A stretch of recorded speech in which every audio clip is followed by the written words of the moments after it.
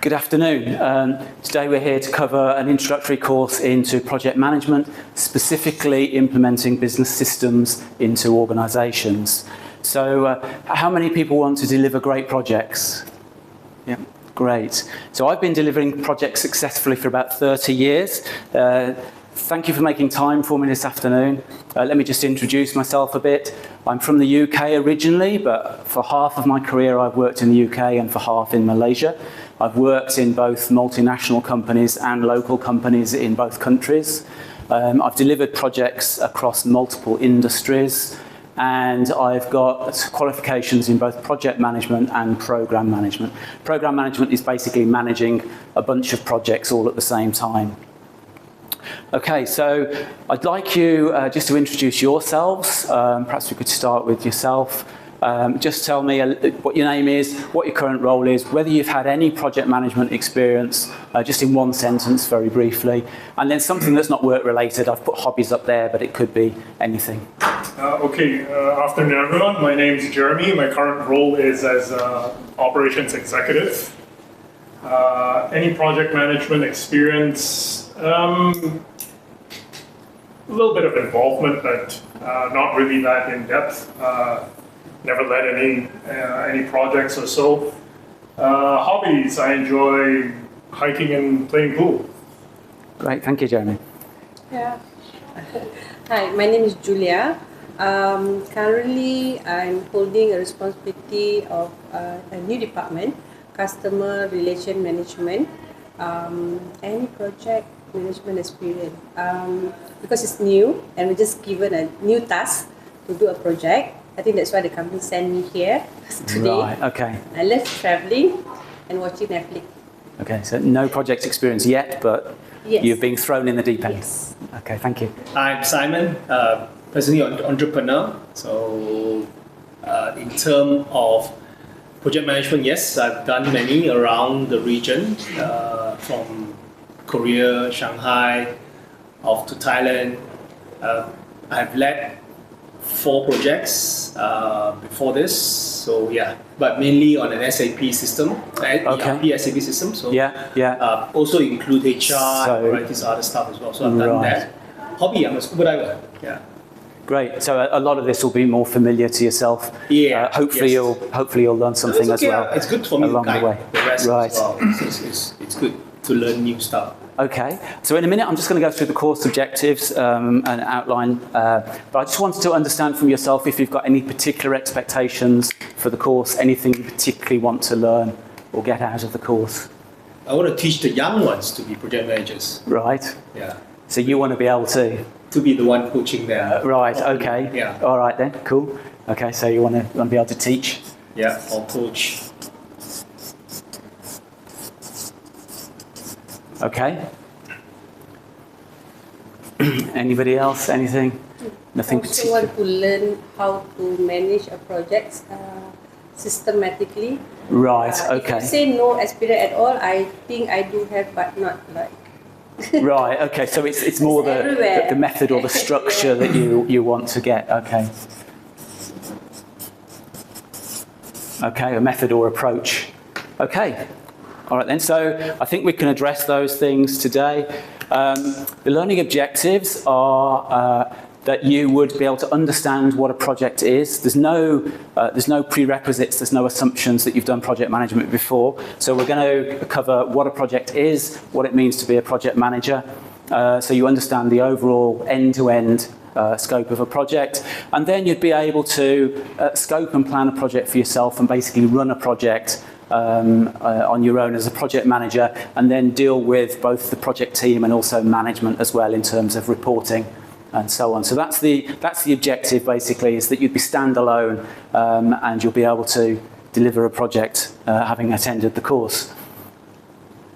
How are we going to do that? So basically what I'm going to do is go through the end-to-end project from start to finish.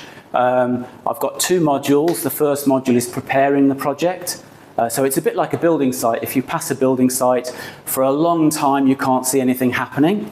And then all you can see is the fence, and then you start seeing the building growing above the fence, right? So they spend a long time on the foundations. So it's the same thing with a project.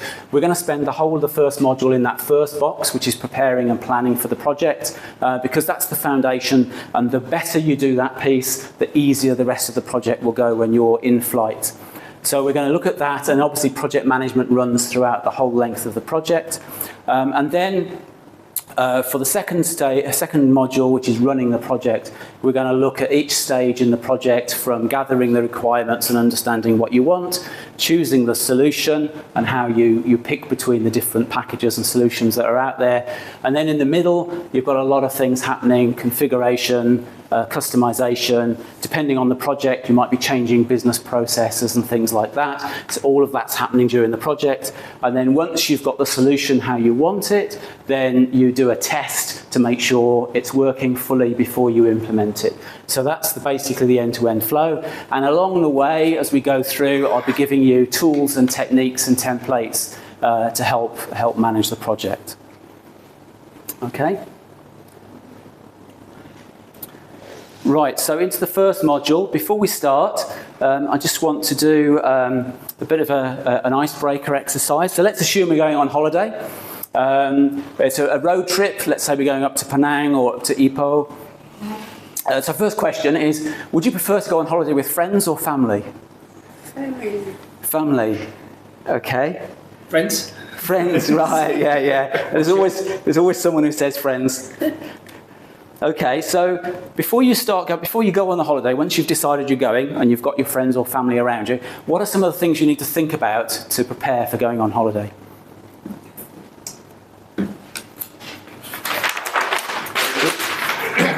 Where to stay? Where to stay, yeah. Okay. Book all the necessary stuff like cars and planes, and check all the cars. Yeah. Right, so that's, okay, I'm going to use a project management term there. I'm going to say resources. Yeah. Right, resources. okay.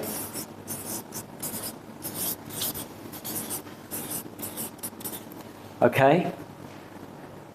If it's family, it's straightforward. If it's friends, would you have an argument as to who's going to go and who's not? Nope. No? You'd know the circle of friends you're We going to only invite those that we want them to go. Right, okay. But if you're going, perhaps you'd have to decide who's driving, whose car you're going to take, right? So you'd need to think about roles. And cost as well. Right, yeah, cost. Yeah. Anything else? Transportation. Sorry? What kind of transportation that you choose? No, Yes, okay. Choose the car. Yeah, I said a road trip, but yes, you're right. Yeah, so choose the car. So there's some decisions that need to be made, right? So the standard who, what, when, how, where.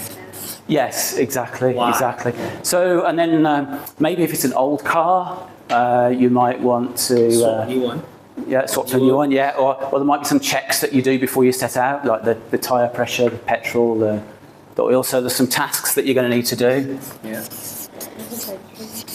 Timing. Right, and then timing. You may, if the car breaks down, you may want to put a bit of money aside just to pay for that, right? Yeah. So you got to think about the risks involved, maybe. Yeah. I don't know about you, but I always take a first aid kit, particularly if I've taken my kids. So this is starting to look like a project, right? So because there's tasks you've got to do, you've got to think about budget. You've got to think about your objectives. I mean, so for a holiday, objectives might be, do you want a restful holiday or do you want an active holiday? And what's the itinerary?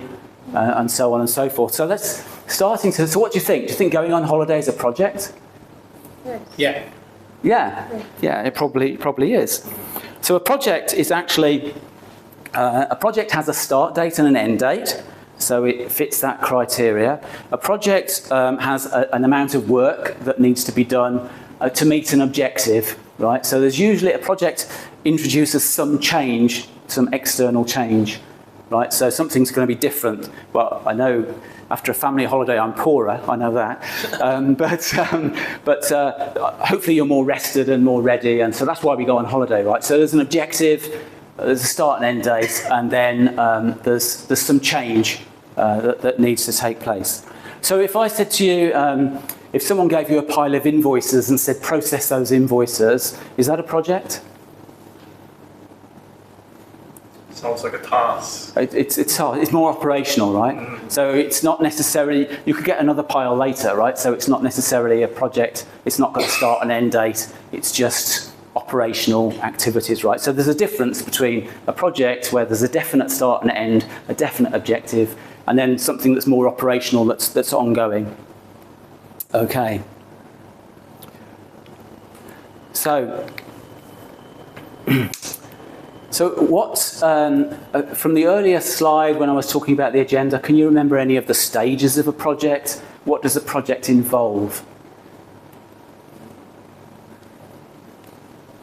Any ideas? I didn't read this. I'm testing who was awake now. Any ideas? So you start off with a requirement, right? So that's what you want. And then you've got to what? To understand the process. Yeah, so you've got a process to follow to find a solution, and then you test the solution. Does the solution give me what I want? And then you implement it. Yeah. So that's basically what a project's about, right? So you start off with some need, some requirement, then you've got to find a solution. You test the solution to make sure it gives you what you want, and then you implement it.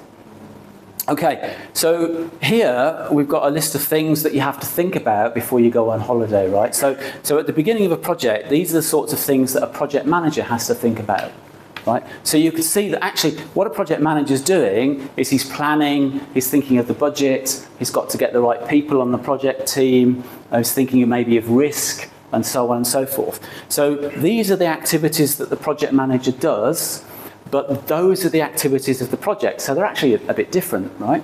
So there's a couple of things to notice here then is, first of all, doing the project is different from managing the project, right? So a project manager can do those things, and he will definitely need to know how to do those things because he's got to lead the project team. So if he's got a team of people who've not done a project before, they're going to need to know, how do I gather requirements? And the project manager needs to be able to tell them. So he's got to be able to do those things.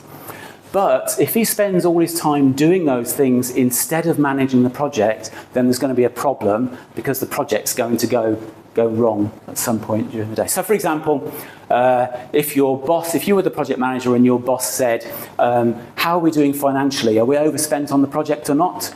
If you said, well, I don't know because I've been writing requirements down, then the boss is not going to be very happy because your job is not to write requirements, your job is to manage the project. Right? You've got a project team to gather the requirements. And that makes sense because if you think, if the project was to implement a financial system, so you mentioned SAP earlier, so a lot of companies use SAP for the financials. I'm not a financial person, so I'm not going to know the requirements for a financial system. I know how to gather requirements, but I'm not the expert. Yeah. So the second thing to note here is that as project managers, we don't need to be the expert at everything, right? We want a team of experts around us. We need to know how to do things because we've got to lead them through it. We've got to be able to engage with them and talk to them to make sure that they're doing what we need them to do. But A, we don't have to do it all ourselves, and B, we don't have to be the expert. Okay?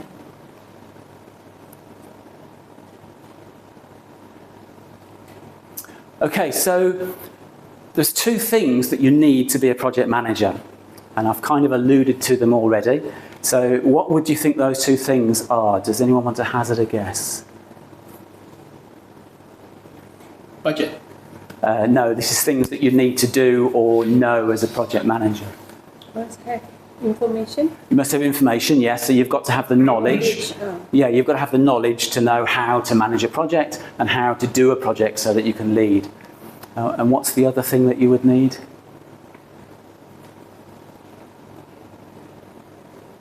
It involves people. Communication skills? Medication? No. Communication. No, not that. It's engagement. So you've got to be able to engage with people. You can't sit there in your own little office and not talk to people. As a project manager, you've got to be able to engage with either suppliers or managers or your team or something. Okay. So those are the essentials to be a project manager. And if you don't get those right, then you're not going to be able to manage the project successfully.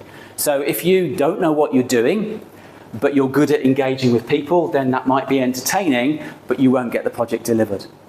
Right? If you don't know how to talk to people and you can't engage, and you don't know what you're doing either, then it's going to be a disaster because nothing's going to happen at all, and so on, right? If you know what you're doing but you don't talk to people, then you're basically doing the project on your own. So you need to know what you're doing as far as the project's concerned, and you need to be able to engage with people throughout the project to keep it on track and to make sure things are happening. And so that's when you're trusted. So when you're trusted as a project manager, then you're going to deliver successfully.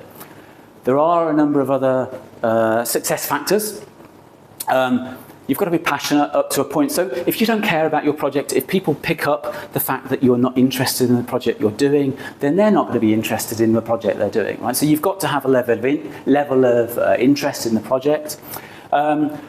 Because the approach for doing a project is quite structured, you've got to have a logical approach to the way you address the project. And at times you need to get into detail. If there's a problem or an issue on the project, you've got to be able to get into the details, have the experts explain it to you so that you can help them resolve the problem. You've definitely got to be proactive because you need to chase people in a nice way to make sure things are happening. You need to follow up with suppliers and so on and so forth. So because you're the one that's leading the project, you've got to be out the front there pushing it along. And so being proactive is important. Again, being confident just helps, because if you know what you're doing and people can see that you know what you're doing, then they're going to have more confidence to trust you and follow you. And then finally, it's the same in any job. If you do it with integrity and you treat people the way that you want to be treated, then again, everyone gets along better and is more successful. So there's one more thing that is actually able to round up your people to work with you. I mean, sometimes you go to a meeting, right? Or engaging your client, right? You yourself is not technically strong, but you actually talk to them about timeline is great. Yes. When it comes to technical question, you might not be able to answer it. So isn't that another skill set which actually to round up your people or bring them in? Yes. Buy into you or support you? Exactly, yeah. And I think that's part of what I mean by the engagement, really, is yes, you've got to be able to do that. And doing that with senior management, if they've delegated the project to you, is one thing, and doing it with your team is another thing. Yeah. Doing it with suppliers is a bit different. So there's different ways of doing it depending on who that audience is that you're trying to get your arms around. But yes, I agree. You're right, yeah. Okay, so one of the things that was mentioned at the beginning in terms of expectations was the approach, having a standard approach. So this is called the waterfall methodology. It's a standard approach to delivering projects. And basically, you've got a series of stages through the project, which starts at the initiation and then works its way through gathering the requirements, choosing a solution or designing a solution if you're building, if you're programming, and then build it, which is either programming if you're building a solution, or it's configuring and customizing if it's a package. And then you test it, implement it, and close it. So you can see why it's called a waterfall approach, is because you flow down from one stage to the next. And the idea is that this gives some structure to the way that you're running the project. In between the stages, you've got a definite decision point that says, have we finished the current stage and are we ready to move on to the next stage? And the best way to do that is to have a discrete decision where someone signs off a document, or there's a meeting where everyone agrees, yes, we're ready, we've got everything. So for example, project initiation. So project initiation involves planning it, making sure you've got the budget, you've got the team around you, the people and everything. You know what the scope is, what's in scope, what's not in scope, and so on. So once you've got all of that, so the discussion is what's important. Once you've got all of that agreed and you know what it is, if you write it down in a document and then get people to sign it, get management to sign it, then there's a definite agreement that says, this is what we've agreed we're doing. So we're all on the same page in terms of what the project's about. And if you've got that, then you know that you're ready then to move on to the project itself and start gathering requirements. And it's the same with the requirements. if you write down the requirements, I've seen companies where they go out and look for packages and they see demos of systems and they've not written any requirements down, and so it gets very difficult then. How do you judge between the solutions, and how do you know that you're not changing your mind, and so on and so forth? So the idea is you get your requirements, you write them all down, you get it signed off to say we're all agreed that that's what we're looking for. And then you can move on to the next stage where you go out and start looking for suppliers. Now, if you do change your mind, so let's say you get down to testing and you think, oh, now I've seen the product, actually I want this instead, then you'd have to go back to the requirements. Now, what the theory says is you go back to the requirements, you change the requirements, you update the document, you get it re-signed, and then you start the next stage again. So in reality, everybody reads the textbook and then they come up with their own hybrid approach. So depending on the project, companies generally use the textbook as a guideline, and then you wouldn't necessarily go back here, redo the requirements, throw out the package you've just bought, and then go and start looking again. That doesn't make sense, right? It's not practical. So what you'd need to do if the requirements change is check that what you bought does what you now want. Right, so, and that's your starting point. So the advantage of this is that it gives you a very structured approach. Everyone's on the same page, everyone knows what's happening. The disadvantage is some people can think that it's a bit slower because you have to write everything down and get it all signed off and everything. And so it's a bit too, for smaller projects particularly, it can be a big overhead. But I mean, my answer to that is actually, you could write requirements down in an email. As long as it's written down and everyone agrees, it doesn't have to be a big, thick document. So to a certain extent, it's a bit less flexible because it's got the structure. But if you think about it, that's what process is. Having a method is designed to make you follow a set process so that you don't miss steps out and don't. So is it less flexible? Yes, but that's the point, in a sense. Okay, does that make sense? Yeah. So any questions so far in terms of what a project is, the role of a project manager, and the overall end-to-end methodology? We have the waterfall. Okay? All right, cool.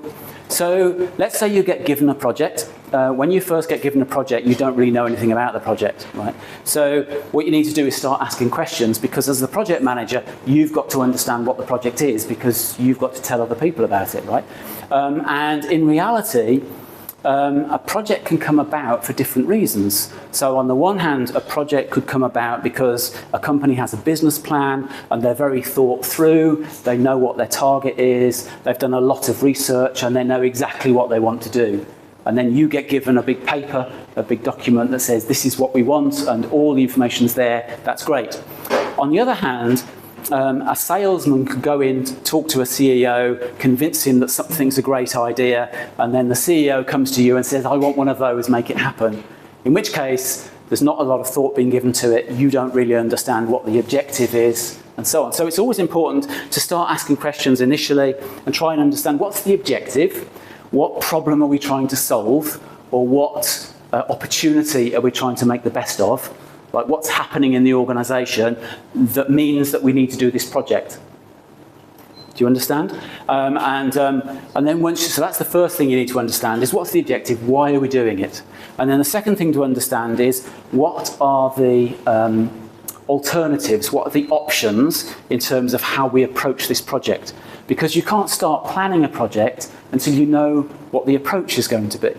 So let's say, for example, a company said, oh, in Malaysia, the latest thing is people are opening care homes, right? Yeah. So now it's a new trend, but families, culture has changed, families aren't looking after the elderly so much, and now care homes are becoming an option for people. So there's an opportunity to make money there. We want to open a care home.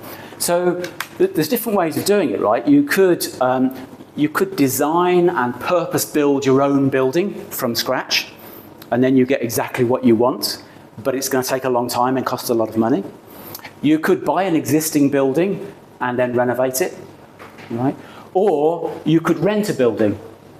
right? Let's say there's an old hospital that's shut down and that's suitable for a care home residence or so on. So there's different options, right? And those different options are going to have different costs, different benefits, different timescales, and so on, right? You're going to need different skills to implement the company for each of those different options.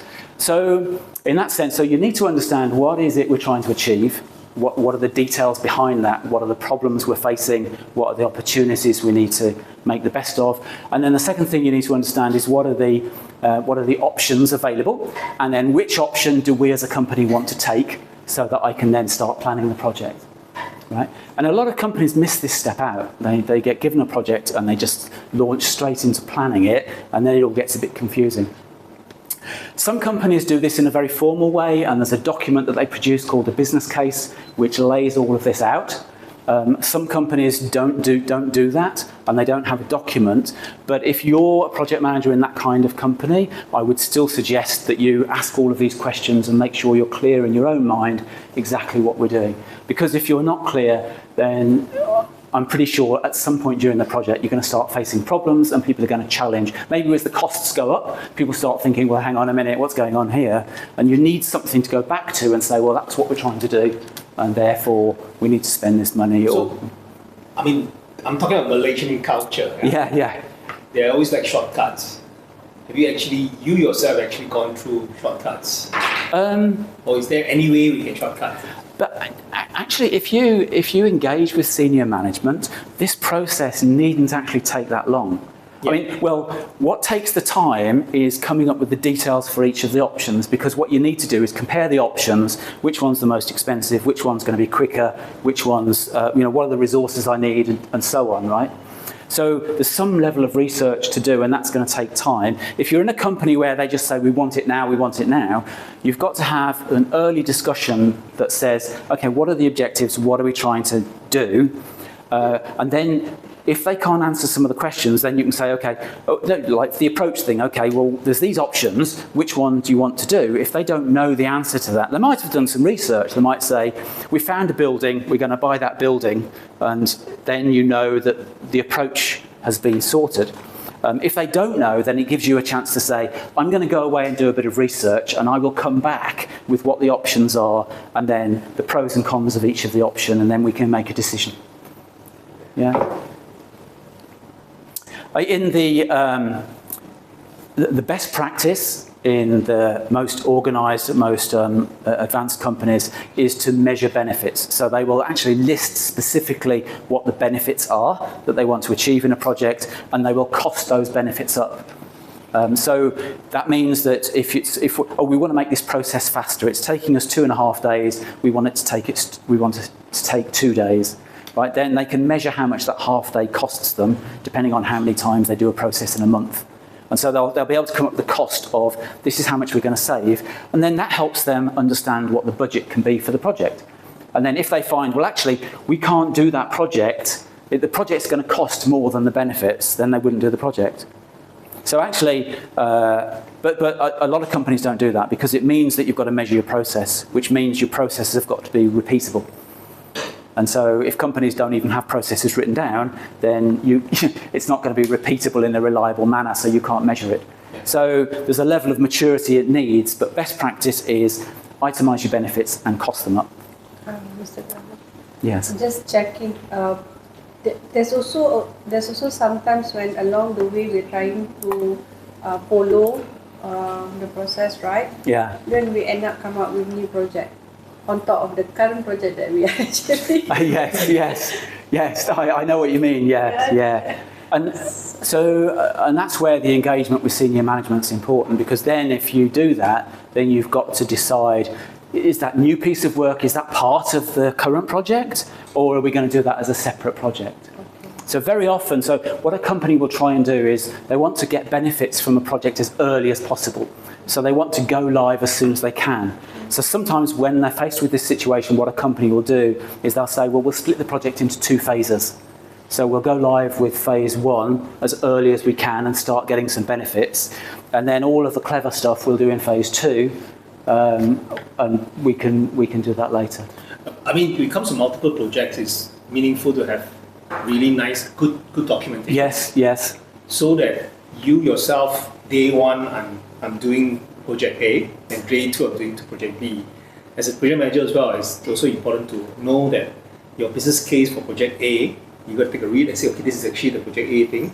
Because it'll be very confusing that you have totally different projects, but then when you go to day two and you look at that one again, you get confused.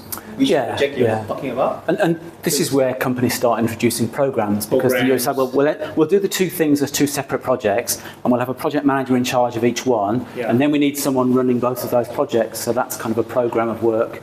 And so that's how that comes about, to do exactly what you say, just stop the confusion, split it up, and give focus. Give focus. Yeah. Okay. So let's look at an example then, because that's a bit theoretical. So we've got a company here, General Instruments Laparoscopic Artifacts Sdn Bhd. Bit of a mouthful. bit of a mouthful. So fortunately they've got an acronym. And they do medical equipment for hospitals, so you can imagine MRI machines and things like that. And so HR manager has got in touch with you and said, we want to change the HR system. So these are the modules we want, and they've listed the modules there. And then they've given some notes which are helpful.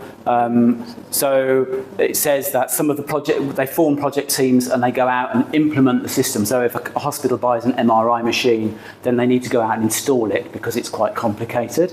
So that means some of the employees are off-site. So there might be an implication there in terms of HR capability. Currently they've got an issue where they might put a job vacancy on the company website and then they've got to key it in again in the HR system, so they don't want to do that twice. Currently, like most companies, they're having to manually draw the org charts, so they want a system to try and do that. And then it's got some expected benefits. So they've listed some benefits here. Expense claims and performance appraisals are done manually, and they want to have a system that will cope with those in a better, more efficient way. And then they've obviously got some problems between HR and IT. So what do you think's going on there? Have you ever changed jobs? So what's your first day in a new company like? Can you get on the system first time round, or do you have to wait for your laptop, wait for your ID, wait for your password, and so on, right? So they've obviously got some issues there. And the same is true where the security risk comes in, is obviously when there's a lever. Like if they're not on the ball and they don't take away their access straight away, then there's a security risk there. So I think that's obviously what that's about as well. So what do you think then? So the request here is we buy a completely new HR and payroll system, and the benefits we want are better claims and a better performance management. So do you think that's a compelling business case? Would you spend money on a whole HR system just because your claims are done manually at the moment? Expecting to be processed in the system instead of manually currently.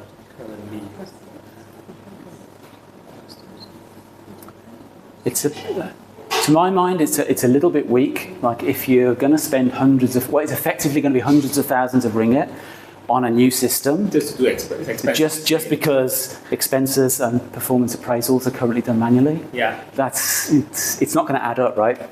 So if you're not careful, you'll get into the project and then you're going to be spending too much money. I mean, you want to convince people there's only one that is actually going to affect your P&L. Yeah. Which is the third one, right?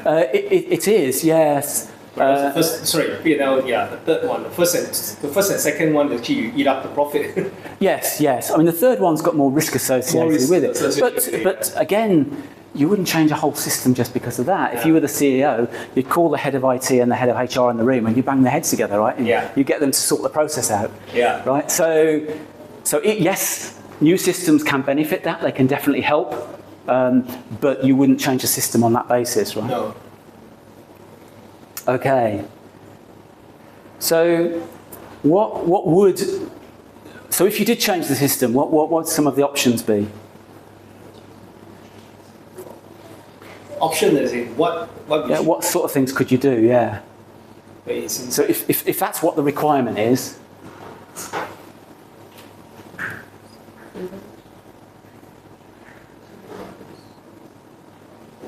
put in a solution that can actually cover all of them. You could. But if those are the specific things that they want to address, You review manual first before you look into the you could do, yeah. Better. Or you could say, well, let's just get a claim system in then. Like, do we need to change the whole HR? Could we not just get a claim? So you could say, well, in fact, you could say, does the HR system have a claims module? We just didn't buy it. Yeah. Right. So Could be, yeah. Yeah. Or do we need to? Could we get a vendor in to write one for us, and then we get exactly what we want? But normally when it comes to expanded claims, always tie up with payroll as well. Yes. Exactly right. So that's the other Could be not thing. switch on anyway. Yeah. And also payroll and finance are also closely connected as well, right? Links together. So that might be another question. Is like, well, does the finance system have a claim module? Can finance handle claims and so on? So so there's a number of options there. Okay, so it's the first exercise then. Could you work together among the three of you and just come up with two lists just for a couple of minutes? The first list is what questions would you ask to try and understand what the objectives are for the project? What are the real drivers? So would you try and understand the full situation? What questions would you ask? And then the second thing is what's the list of questions that you would ask to try and understand what the options might be? And we touched on some of them already. Okay, so I'll leave you alone for a couple of minutes just to think that through. Feel free to work together.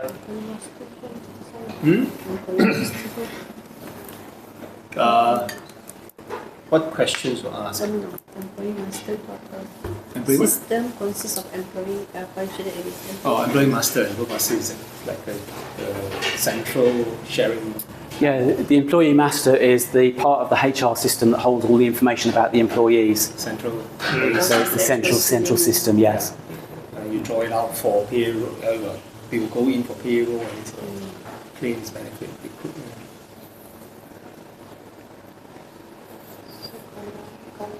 Employee master kena ada separate payroll and claims and benefit. Payroll, claims, and benefit can be together all the time or sometimes. Recruitment, you don't need it anyway. Training development also you don't need it. But all those can be manual driven. Because how many trainings do you do a year? Whereas payroll you run every week or every month, and then you got to close it, and you got to have you got to link it up to finance. Performance management Still can do for manual. performance management. How do we control and monitor our staff performance? We don't have the performance management system. I mean, for big A company that's big, small you will have company, problem lah. Big, you don't, small, you don't have. Gila ni besar ke kecil? Ni kilang besar ni. This is It's a crazy long name, right? yeah, it's a Kila is actually an instrument company. Big lah. So they Sounds need big the lah. performance management, kan? I guess so. Yeah. Because it's small, easy to monitor, but it's big, how to monitor the performance? The KPI, right? Is the KPI, right? Kalau if I am the one who would ask question in the first place, I would like to know how do we monitor the current performance? Yeah. How do we monitor the current performance? If the current performance is already in place and good, why do you need improvement in the? Why do we need that new system? Or security. For me, it would be security. Which part of the security that the HR system that needs to be improved on? Yeah, that's right. So yes, you're right. So you'd ask more questions about these two areas themselves, and you'd definitely sort of say, okay, what is it about performance management that's not very efficient, and in what way would you want it improved? And it might be that each department is operating in its own spreadsheets and they want it centrally available for management to see or something. So there might be some good reasons for that. But I think you'd also ask more general questions about the systems themselves. So you want to change the whole of the HR system. So are you experiencing problems with the rest of the HR system? Like what are some of the challenges that you're facing? Or it might be, say, for example, you say, well, is there a new business direction? Are there some plans which means the current system is not going to give you the functions that you need in the future? Yes. Yeah.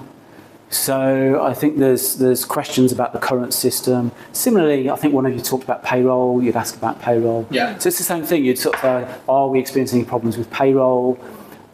You'd also want to know, like, well, how long have the problems been occurring? So I'm aware of a situation where a company wanted to do a project like this because the payroll was always wrong, and they were having to spend a lot of time each month fixing the payroll. And so they wanted to change the system because the payroll system was always wrong. And what they found out was, because the project manager started doing this and asking lots of questions, what they found out was there were 3 payroll staff. They'd all left. They'd got 3 new payroll staff in. There was no handover. They'd not had any training in the process. They'd not had any training in the system. And so they were keying data in wrong. So actually it was nothing to do with the system. It was just they were corrupting the company data because they'd not been trained. Yeah. So actually the project became updating the process, training the people, cleaning up the data, and putting it back to the way it was, and then they could carry on. And that's one of the reasons why this kind of question process is quite important, to understand, okay, what is it we're actually trying to achieve here? Do we know exactly what's going wrong? So yeah. Can question, like, for example, what's the frequency of training for your HR people? A way to identify whether these people are well trained enough to manage the system correctly? Yes, definitely, yeah. I mean, anything that helps you decide if you really need a new HR system. Yeah. And if that's the real problem. Because if the presentation system is not even utilized correctly, also because of the issue with the people, then obviously you've got to clean up the data before you know whether it's exactly suitable. And it could be other reasons. So performance as well. Performance, yeah. So server. Yeah. So let's say they've had this system for 15 years and they've never deleted any data. So it's got 15 years worth of history in there. It's going to slow down. Yeah. Right? The system's going to slow down. So actually, if performance is the issue, then maybe you don't need to change the system. You need to add hardware, or you need to, you could change it to an online service. But keep the same software, or you've got to archive some data. Yeah, exactly. So there's different things that you need to do, because if you went ahead and changed the system and you migrated 15 years worth of history into the new system, it's going to slow down, right? You're going to have the same problem. So yeah, I think all of those questions are valid. Yes. When we are given a project to do, right? Isn't it that we have already studied we already studied the reason why we want to do this project, why we want to implement new system, right? Okay, when I hear this, is it that it's okay for us to sit down and discuss, to decide, because this question is like to decide whether we should go on with this project or not? I think so. From my experience, I think different companies do this in different levels of detail. So I think there are occasions where, the current trend is AI. Everyone's talking about AI, right? So companies go in and they sell AI to companies, and everyone wants it. And so it's quite likely senior management could say, well, I want an AI solution because it must be good. Everyone else is buying it, and so sometimes it's almost a knee-jerk reaction to the market pressures. And so they might not think through exactly, well, how do I want to use AI? Like, where is it going to fit in the process? What problem are we trying to solve? What benefits are we going to get? And so, so sometimes you're right. Sometimes it's done really well, and we know exactly why we want to change the system and what we're expecting from it. But as a project manager, if the project's new to you, you still need to understand that. So I think it's still within your right to go to the HR manager here in Gila and say, I've just been given this project, can you give me a bit of background? Like why are we doing it? What are some of the problems you're facing? And so on. Before you even started, you can have this kind of discussion to call them and tell them that this is what we're going to do because of this. Before we even go to the next step, is it? Yes, but I wouldn't even phrase it like this is what we're going to do. I would initially say, well, I've just been given this, help me get up to speed. Like what's your understanding of why we're doing this? And then we can decide how we move forwards. Do you know what I mean? And it's more means that you start with the project first. Yeah. The boss will ask you the same question. The boss will always ask you the same question. We have solved a problem with the HR system, right? And then as a project manager, if you don't even clarify all these things, and you jump straight into a project, basically you might even implement a white elephant. So what you do as a project manager is to also be able to ask the correct questions that makes the bosses aware that, okay, maybe there's certain correction that will be done before this that can maybe just further improve what situation we have now. Instead of going to straight, let's jump into the project. So it doesn't mean that your project management means you start project. It also means that you should clean up whatever you can before you go into a full-fledged project system. And if a project manager follow box is wrong, you know? and that's the thing, right? So you shouldn't be. So they've asked you to be the project manager because they trust in your skills to deliver it, right? So that means that they should be open to you asking questions, right? So the danger is don't never commit to something that you can't deliver. So if your boss says we need a new HR system, how long is it going to take? Well, no one's going to know that. I've just been given it, right? So, but bosses don't like to hear no, right? So then you have to sort of say, okay, well, let me go away and I'll think it through. I'll talk to HR. I'll get a better understanding, and then I'll come back with a more reliable answer. Do you know what I mean? And that way you're not saying no, but you're buying yourself enough time to go away and think about it properly. Okay, so the second question was a list of questions you might ask to try and understand the options. So we mentioned a few earlier, like for example, does the HR system have a claims module? We just didn't buy it. Does the finance system have a claims module? And we haven't got that either. Payroll, if the payroll and HR are two different systems, is there a claims module available there? It might be, is the current, sorry? How do we monitor the current performance? Yes, exactly, And is the current system up to date? Like, do we need to get upgrades? Are we behind on the upgrades? These are actually general questions that are not really technical. They're not technical, that's right. But it's this sort of thing that if you've not come across this before, you wouldn't think to ask them, right? So, and very often, what I find is that project managers either come from the business side and they've got no idea about IT and therefore they wouldn't know to ask these questions, or they're very technical people from the IC side and they've got no understanding of business. Do you know what I mean? And so the difficult thing about being a project manager in this scenario is that you need a bit of a foot in both camps. You need to be able to bridge the gap between those two parties to make the project happen. Well, I mean, again, same thing as well, right? I mean, if you bother to even get ready with the right questions, it's also you bother to even do the analysis right in front, right? So you know it's going to be a HR systems. Instead of you doing the HR system, you've got to go and see the IT guy and say what's the present performance issue that you have. We are going to understand that. And you're going to go back to the business guy and say, look, okay, what else? What are you expecting of it? I mean, the CEO. Exactly.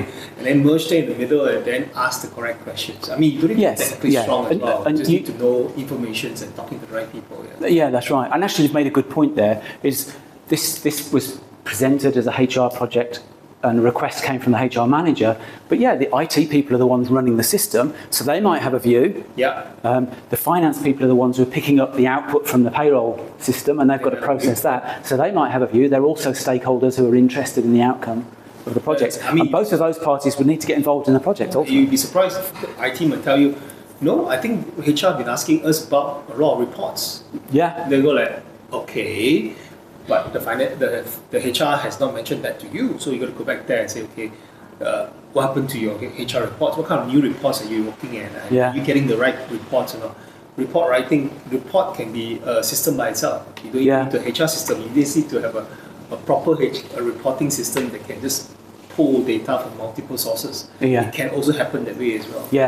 Without a project manager going around meeting the right people, you can't get the right question going and knowing what's the actual root cause of the problem.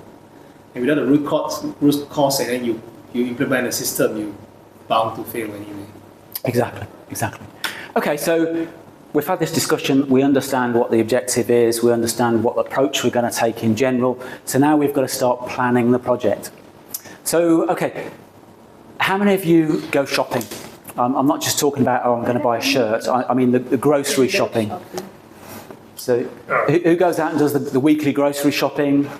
Is it for a family or is it for you as an individual? Just myself and my partner. Just yourself? Okay, right. Either of you do family? I do my you do own family shopping. shoppings in the wet market. So do you make a list before you go? Yes. Yes? Yeah. The maid do it for me. Huh? So you have a list, but you delegate it. I Okay. delegate it. You're sounding like a project manager already. Yeah. So if you go shopping and you make a list, why do you make a list? I got a list, but it's always more than what is listed. Yeah. You end up buying Yes. So list and then some. Yeah. extra things. Yes. Exactly. So why do you make a list Efficient. before you go shopping? Efficient. So why is it efficient? Then, well, first is replenishment. These Right, are the yes. items that need to be replenished. Right. So that I don't buy too much of, Over budget. items that yeah. are there. Yeah. So if you've got a list, you know roughly what you need to buy. Presumably. So if you didn't have a list, would you forget things? Yes. Definitely. Yeah, definitely, right. Okay. So basically planning a project is exactly the same as writing a shopping list, really. You do it because it gives you an idea as to what budget you need, because you're replenishing things or whatever. It gives you an idea as to how long things are going to take.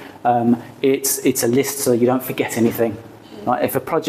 Because projects can be quite big and complicated, if you don't have a list, then you're going to forget something along the way. We forget something, sometimes we end up buying things already at home. Yes, that's right. Yeah, exactly. So this is just preparation up front to make sure the project's going to go smoothly and you're not going to forget anything. So what needs planning? So you obviously need to plan the work that needs to be done, so that's the tasks, and then also the deliverables, which is the outcome from the tasks. You've got to plan the time, so you want to know when to start and stop activities, because unlike a shopping list, the tasks on a project start after each other. So sometimes there's a relationship between them and there's a dependency, and you can't start B until you've finished A. And sometimes, like training people comes much later in the project, right? So first of all, you've got to do the requirements and so on. So making a plan helps you understand when things have got to happen, as well as what's got to happen. And then also the cost, which I think someone mentioned. So how do you plan? So you start off at the high level. So we talked earlier about maybe if the project gets a bit difficult and you start ending up, it's looking like 2 projects, then you might split the project into phases. So you start off splitting out the phases, and then each phase might have different stages. So for example, if you said, well, with the HR system, yes, we agree we want a new system, so for phase 1, we want to get benefits early. We've got problems with the existing system. So phase 1, we will just implement the current modules that we've got in the existing system. And then it'll allow us to switch off the old system and we're on the new system. And then for phase 2, we'll do the new stuff, like the claims and the performance appraisal, right? And so that way you start getting benefits early, you stop paying for the old system and so on. So sometimes there's reasons why you split the project into phases.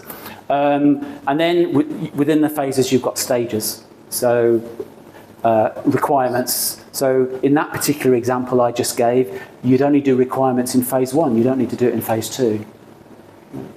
Because you've already bought the whole system with the claims module. Right, so you want to make sure you've got the requirements for everything up front, then you choose the right solution. So in phase 2, you're just going to be customizing and configuring the new modules and then training and implementing. So you'd have different stages in each phase. And then within each stage, you need to start then breaking it down into individual tasks. And then you need to decide who is it who's going to do each of these tasks. And then how long is each task going to take?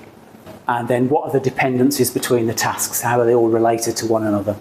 So we can't train until we've got the training materials, and we can't do that until we know what we're training for, and so on. So there's some relation.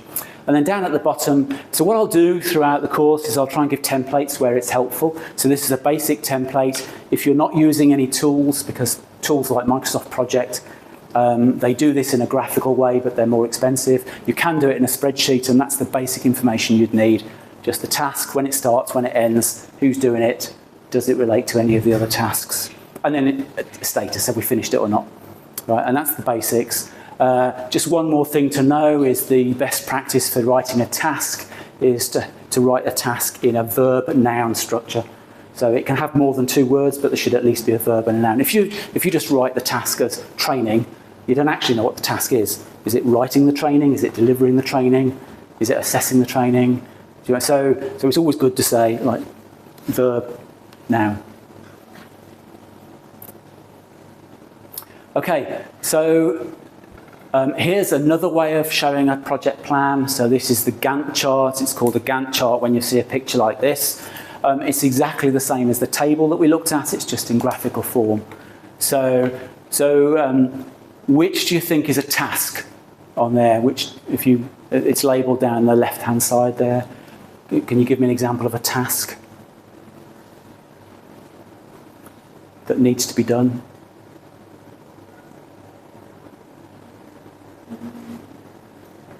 Okay, I mean, task 2, I mean, most of them really, task 2 is a task. So it's got a start date and it's got an end date, and so that's the way a task is shown. That's a piece of work. Yeah, the black color is actually... The black color is the summary task. Summary task, yeah. So you might have a group of tasks. So here, task 2 down to task 9, I think it is, are all under that summary task. So the summary task itself is just grouping tasks together. So you might say, I want all of the tasks related to gathering requirements. I'll put all of those together and put it under gather requirements. And then it makes it, when you've got a long project, if you structure it in this way, it just makes it more readable. That's the only reason you have it. And then at the end of a summary task, you sometimes have a milestone, which is the diamond-shaped thing. So that's used either to end a group of tasks, to say, well, that's where gather requirements ends, or you do it for a particular milestone, like go live, where you've got a particular date. So there's no work involved in a milestone task. It's zero effort.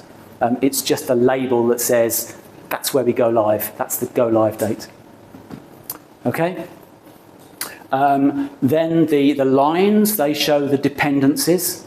So where a task is dependent on another task. So task 4 is dependent on task 3. So that arrow there means, so the arrow is in the direction of task 4. So you know that task 4 starts when task 3 ends. Okay? So this red one here, what do you think that means? So task 8, that one is related to task 7. Dependency. It's a dependency, but it's a little bit different because it's a bit difficult to read if you're not used to these Gantt charts.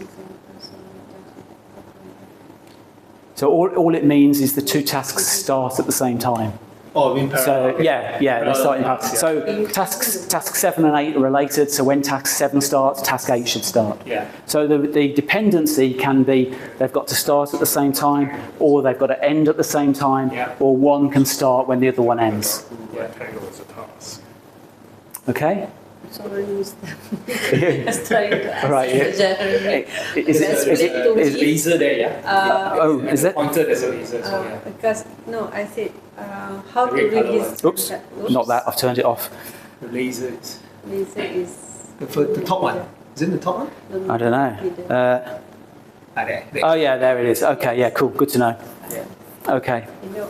So you're yes. using a bullet. The bullet points, yes. Yeah, the bullet. So these are different types of things yes. relating. I know which one is task. Right, okay. Task, like So Mr. Simon, he got knowledge. I mean, yes. experience, so yes. you know how to read. I mean, that's what I was trying to do, is introduce you to a Gantt chart. So this is the way that project plans are sometimes written. Okay. It's the same. It's exactly the same as the spreadsheet on the earlier thing. You've got a task. You've got a start date. You've got an end date. You know who's doing it, you've got a resource, and then you've got the predecessor, which is which task does this have to happen after. Predecessor is a task before. So it's just that's in a spreadsheet. So when you've got hundreds of tasks in the project, a spreadsheet can be difficult to read. So sometimes a picture is better, and so people use this Gantt chart. And the problem is that there are special tools that you can buy, like Microsoft Project, that do this. It's just that sometimes they're a bit expensive. If you're in a company that doesn't do a lot of projects, you don't want to spend money on a tool. But it's good as a project manager to understand the graphical view of project plans. So the blue ones are the tasks, in the same as you'd list them in a spreadsheet, right? So gather like write requirements template, hold a workshop to gather requirements, review the requirements, get the requirements approved. They're all tasks, right? So that's what these blue ones are. They're things that you have to do on the project team. Okay?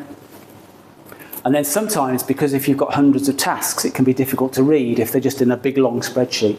So sometimes what they do is give them titles to split it up. So you definitely give each stage a title to say these are all the tasks to do with gathering requirements. These are all the tasks to do with choosing a solution. So, it's So it groups them. It groups them together. Yeah. And that comes as a summary task. And so so you'd use the summary task as kind of the title for that group, and then you'd use a milestone task to end the group that says that's where all of these group together. So that defines your group. And then the other use for a milestone task is to identify particular points in the project that are important, like that's the go live date. Okay? And then the dependency is the line. So sometimes tasks are dependent. You have to finish one task before you can start the next one. And so that's what the lines show here. So in the spreadsheet, that's what you'd write in here. You'd write this task has got to finish before this task can start. And then the predecessor is just the task that happens before the task that you're on, and the successor is the task that happens afterwards. Okay? So that's the basic Gantt chart. This is another representation of a Gantt chart. So the dependency lines are not shown in this style of doing it, but instead you've got the dependencies written down as predecessors.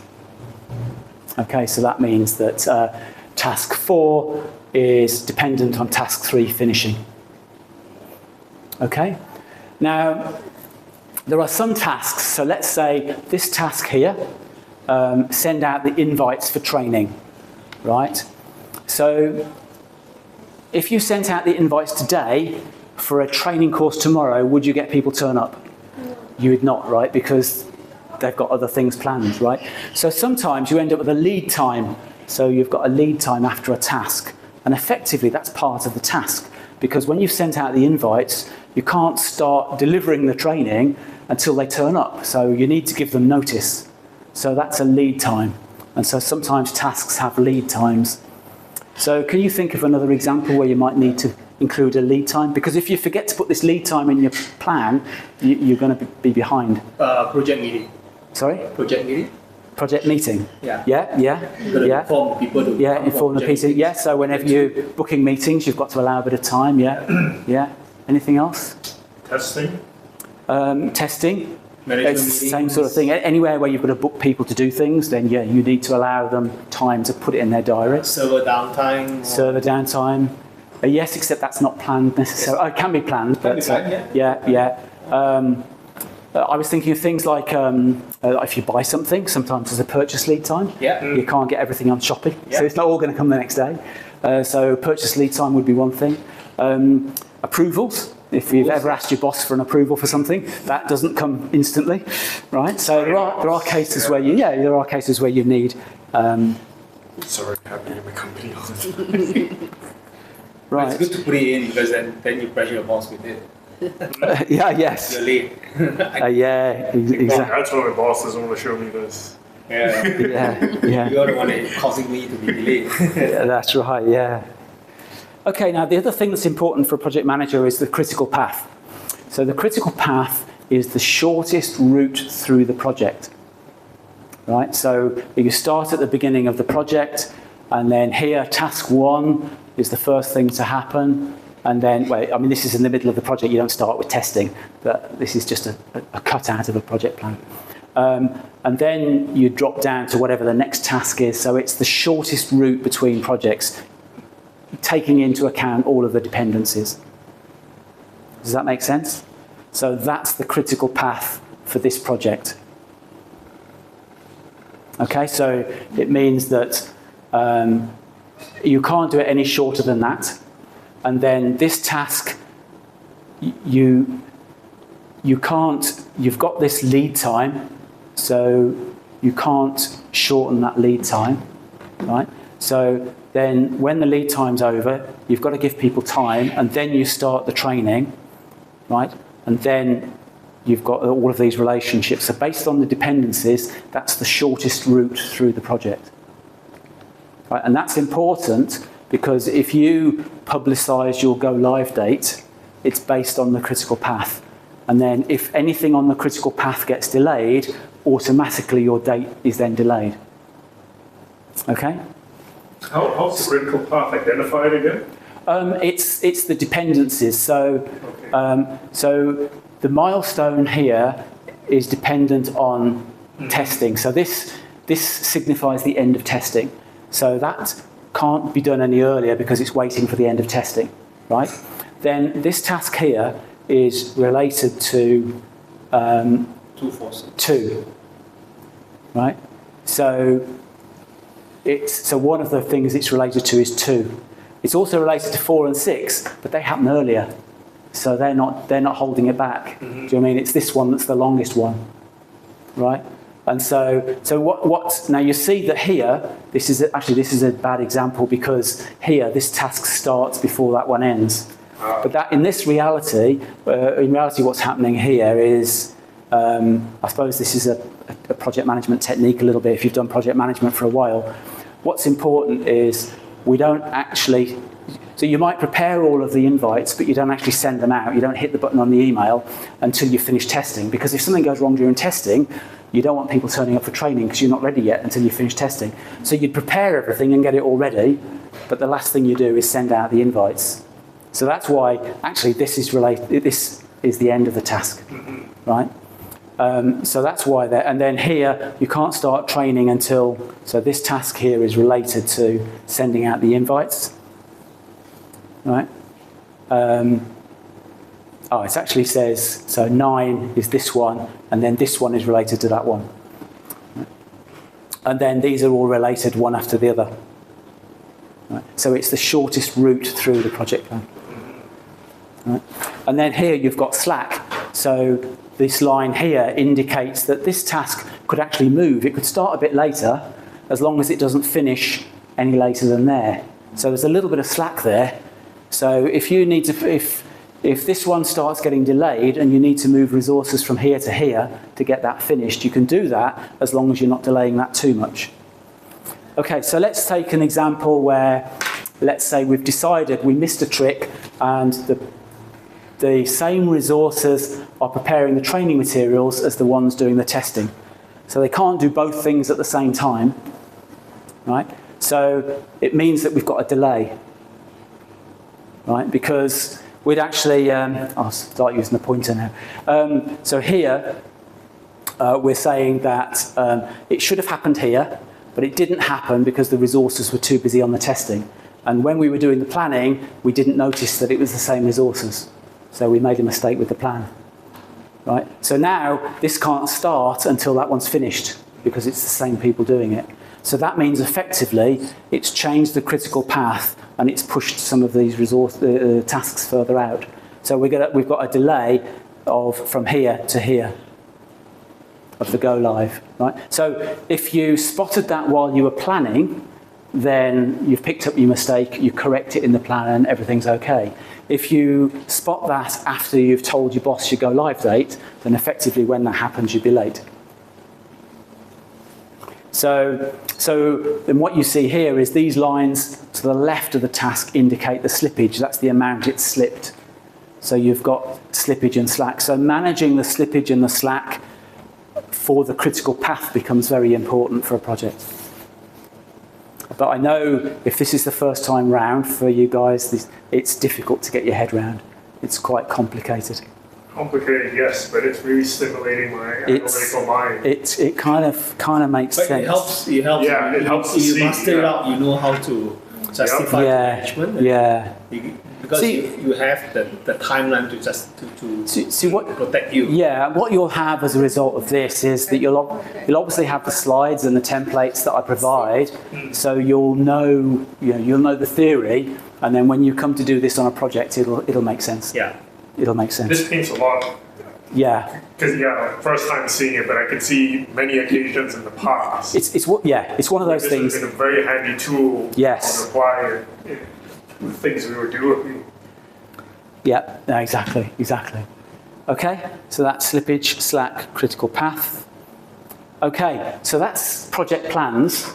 So we've said it's basically a list of tasks that you've got to do. The question is, how do you know what tasks to write into the project plan? Right, and so that can be difficult for a project manager. Right, so let's do an example. So the best way to think of this is to think in terms of deliverables. So tasks deliver something, right? So you have to produce something. That's the whole point of doing a task. So you look at your project plan, or you look at your project and you say, what do I need to deliver? So let's talk about training, because that's going to be familiar to us, right? So let's say the deliverable is trained people.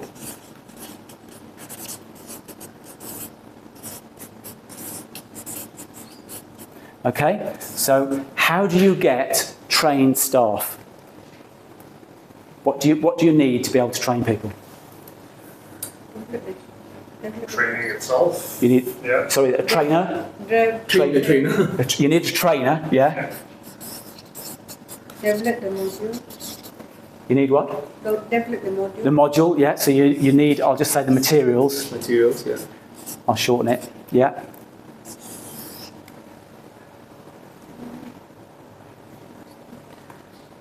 Anything else you need?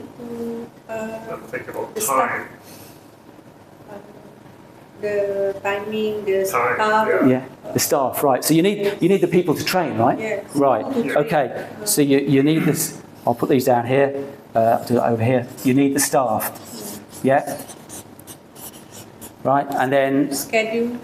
schedule, yes, you need the schedule, right? And then The venue. the venue, yes, so you need a room, I'll say a room. Okay, so let's take staff, let's just pick one as an example. So how do you get them in a room? Okay, book Is it go? them. Sorry? Book them. Book them, right. So you've got to invite them, right? Oops. Right. I can't write from the side, obviously. You've got to invite them, right? So how do you know who to invite? Look at who needs to be trained. Who needs to be trained? Yeah, so you've got to do, so there's a technical term for that in HR, which is a training needs analysis. So you've got to look at what is it we've got to train people in. So if you're implementing a system, you'll know, well, we've got the payroll module, we've got the, the HR module, the claims module. So you need to do a training needs analysis, right? And then, so to do the training needs analysis, you'd need a template, right? And then who are you going to do the training needs analysis on? You'd need a staff list. Staff list. Right? So you'd need a list of people. Right? And so basically those are your deliverables. Okay? So as a project manager, you can do that, you can actually do that through the whole of your project. Right? So for training, you'd end up with something like this. So the only thing that we didn't talk about is if you're training for a system, then you might also have a training environment so that you can do exercises in the system itself during training. So that's the only thing we didn't talk about, but that's specific to implementing systems. So other than that, we've got the trainee, you book them, the training schedule, which you talked about. And then you've got the training needs analysis, you need the list of users, the template, and the objectives for training. So we focused on that bit, but you could do that through the whole of the project. So there's a couple of things to notice. Is we've got some here in dotted lines. So the training needs analysis, for example, is in dotted lines over here. And that's because it's a dependency. So in order to come up with the training material, the handouts, the slides, and the trainer notes, you need to know what you're training, and you get that through doing the training needs analysis. So you do the training needs analysis once over here, and then you also need it, so to do this task, it's dependent on that one. To do this task, it's dependent on that one. So it's dotted because you only want to do it once, right? So when you write your plan, this one over here needs to appear in the project plan before you need it down here. Okay? And then the only other thing to notice really is there's this weird one here, which is like trapezoid, is it? Trapezoid, instead of a square. And all that is that's not a physical or an actual deliverable. That might be a collection of, I'll say, unrelated deliverables. So, for example, if you're saying, we need to service our product. To service our product, so that's a service. To service it, we need the service man, the repair man, we need some tools, and we need some spare parts. So those three things are not related. We just need all of them to do that servicing. So the servicing would be shown like that, because it's not a single entity in its own right. It's just a collection of stuff that you need to get it done. Okay, that's a bit of a logical one, rather than physical. Okay, so how does this help? So basically, if you do this through your project, you've listed everything you need to deliver for the project. And then what you do is you start at the bottom and you write tasks from the bottom up. So this is training, but obviously this is a subset of a bigger matrix. So if you started at the top of the project, which is deliver system, right, and then you worked it all the way down, you'd end up with a big picture, but it would have every deliverable you need for the project. And then what you do is you start from the bottom up and you write your tasks. So here we've got an example. So this is the left-hand part of that diagram on the earlier slide. And then here I've converted it into tasks. Right? And so you start at the bottom up, and then you just make sure that the time you actually do the task here, like the training needs analysis, happens before you need it for other dependencies. And then in the dark ones here that are bolded, they're the summary tasks and the milestones. So tasks 2 to 9 are all related about scheduling trainees, and then 14, 15 and 16 are all related about preparing training data. And so that's how it makes the plan look a bit more readable. Okay? And the other thing to note is it's like Waze, right? When you're using Waze, you can't disconnect your brain because you'll end up in the wrong place sometimes, right? So you've got to still stay focused. It's just Waze is a tool to help you. So this is a tool to help you, but you can't disconnect your brain, right? So for example, the red tasks there, they're not in this list because that's where maybe your company needs to get things approved. So maybe you need to do reviews of deliverables to make sure the quality is good enough, or management need to approve things. So there are extra tasks that you've got to write into the plan that you won't necessarily pick up when you're using this tool. Okay, does that make sense? Yeah. Okay. So are there any questions so far about this whole planning piece so far?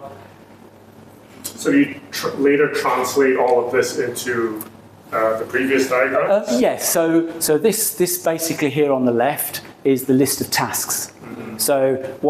So that's just the list of tasks. So the question I started with before we showed this diagram is, how do I know what tasks to put in my plan? Mm-hmm. So that's the first thing is, what do I know, what do I need to do? And so that's a tool to help you understand what list of tasks you need in the plan.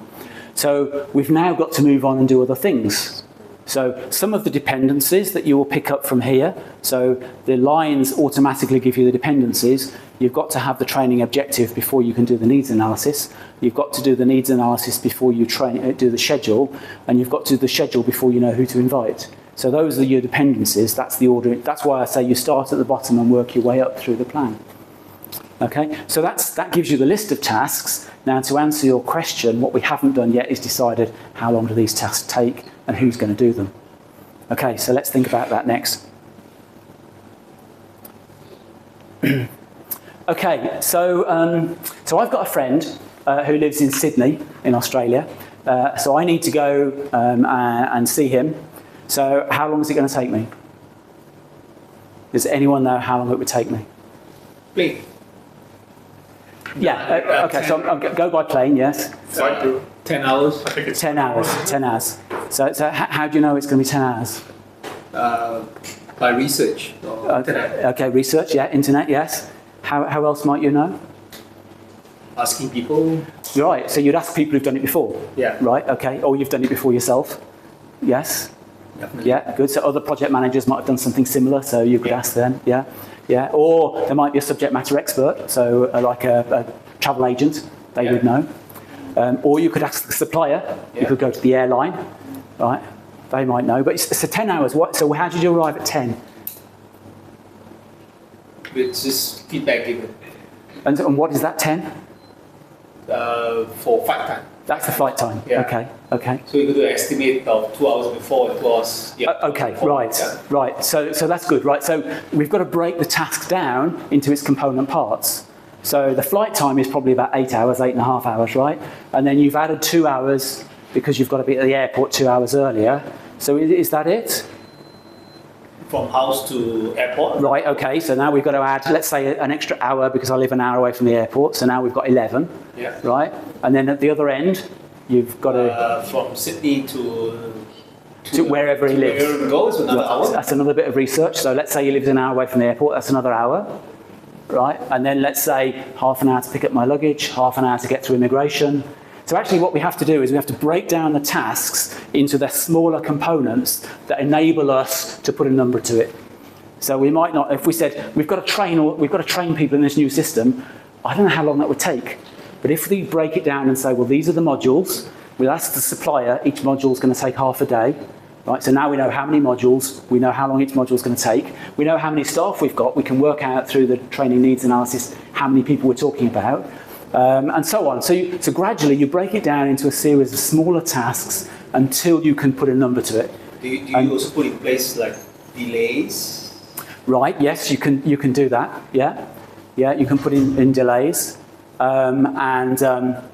So that would be contingency. So it's sensible to put a contingency into a plan because I've, as I say, I've delivered projects for 30 years and I don't think I've ever had a project that's not had a problem.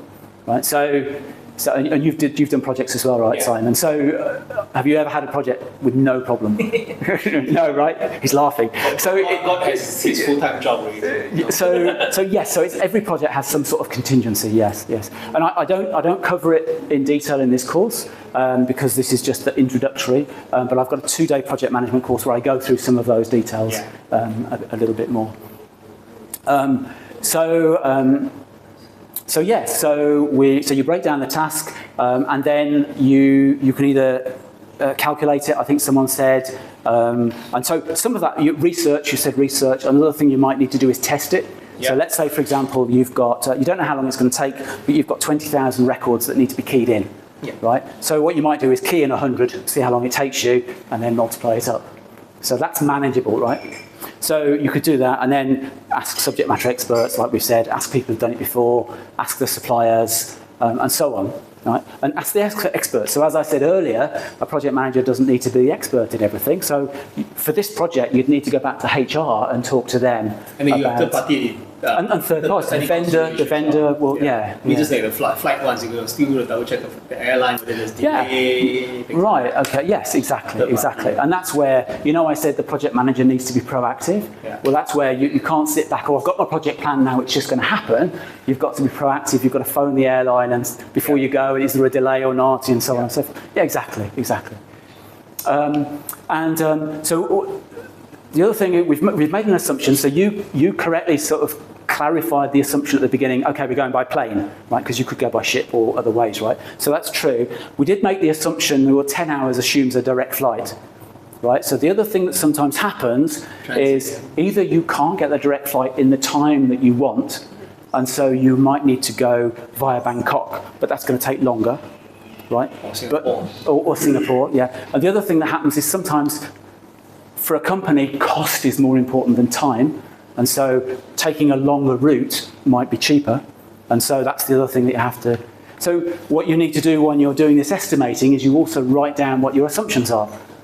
A, so that you can justify it to other people. And B, because in reality we forget as well when you're doing this throughout a whole project plan. Okay, so exactly. So estimating is exactly the same as taking a flight, really. You've got a list of ways in which you can try and gather an estimate. Sometimes you need to break the estimate down into smaller components, and then there's a couple of examples down here. The training example I talked about a little bit earlier. If you've got 30 people to train, 10 people max per session, each session's half a day. So 4 modules, 3 sessions, that's 12. Like, half a day per module, that's 6 days solid training. But then you've got to understand your assumptions. So for example, there's a comment here. If, for example, you're in a company and the agreement is staff do their day job during the morning and they do their project in the afternoon. So you're not going to be able to train people all day long. You've only got half a day to do the training. So you'd need to factor that into the way that you do your estimate. Okay, and that's one of the things, the other considerations here. I've talked about documenting your assumptions. There's a difference between actual effort and elapsed time. So if you're a programmer and you're sitting there programming all day long, if you've got a job that takes 5 days, that's 5 days of actual effort.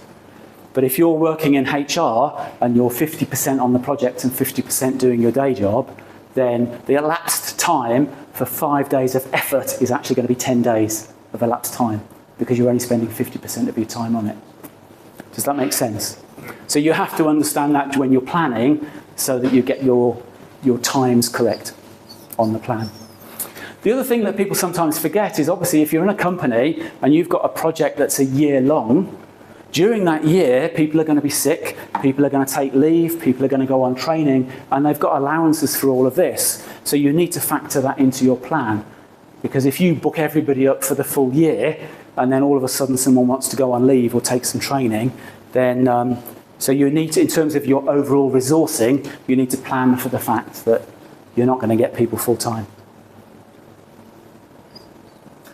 Have you ever worked together with Shell by any chance? I have not worked with Shell, no. Mm-hmm. No. Why do you ask that? This looks like a detailed structure and framework that a company like Shell might adopt. No, the correction is that he's a certified project manager, so meaning is that all these are standard ones. Yeah. Yeah, I mean, this is the way project management works. So anyone who's done projects before, who's using the waterfall methodology, they will do this kind of thing. I'm working with retired Shell guys. Right, okay, yeah. And yeah, sometimes there's a bit of a... the reason why I asked was because I could see the value in a lot of the things that we've done where taking an approach like this would have made things a lot smoother and a lot easier. One thing is that, the other thing is that sometimes they challenge you based on the plan.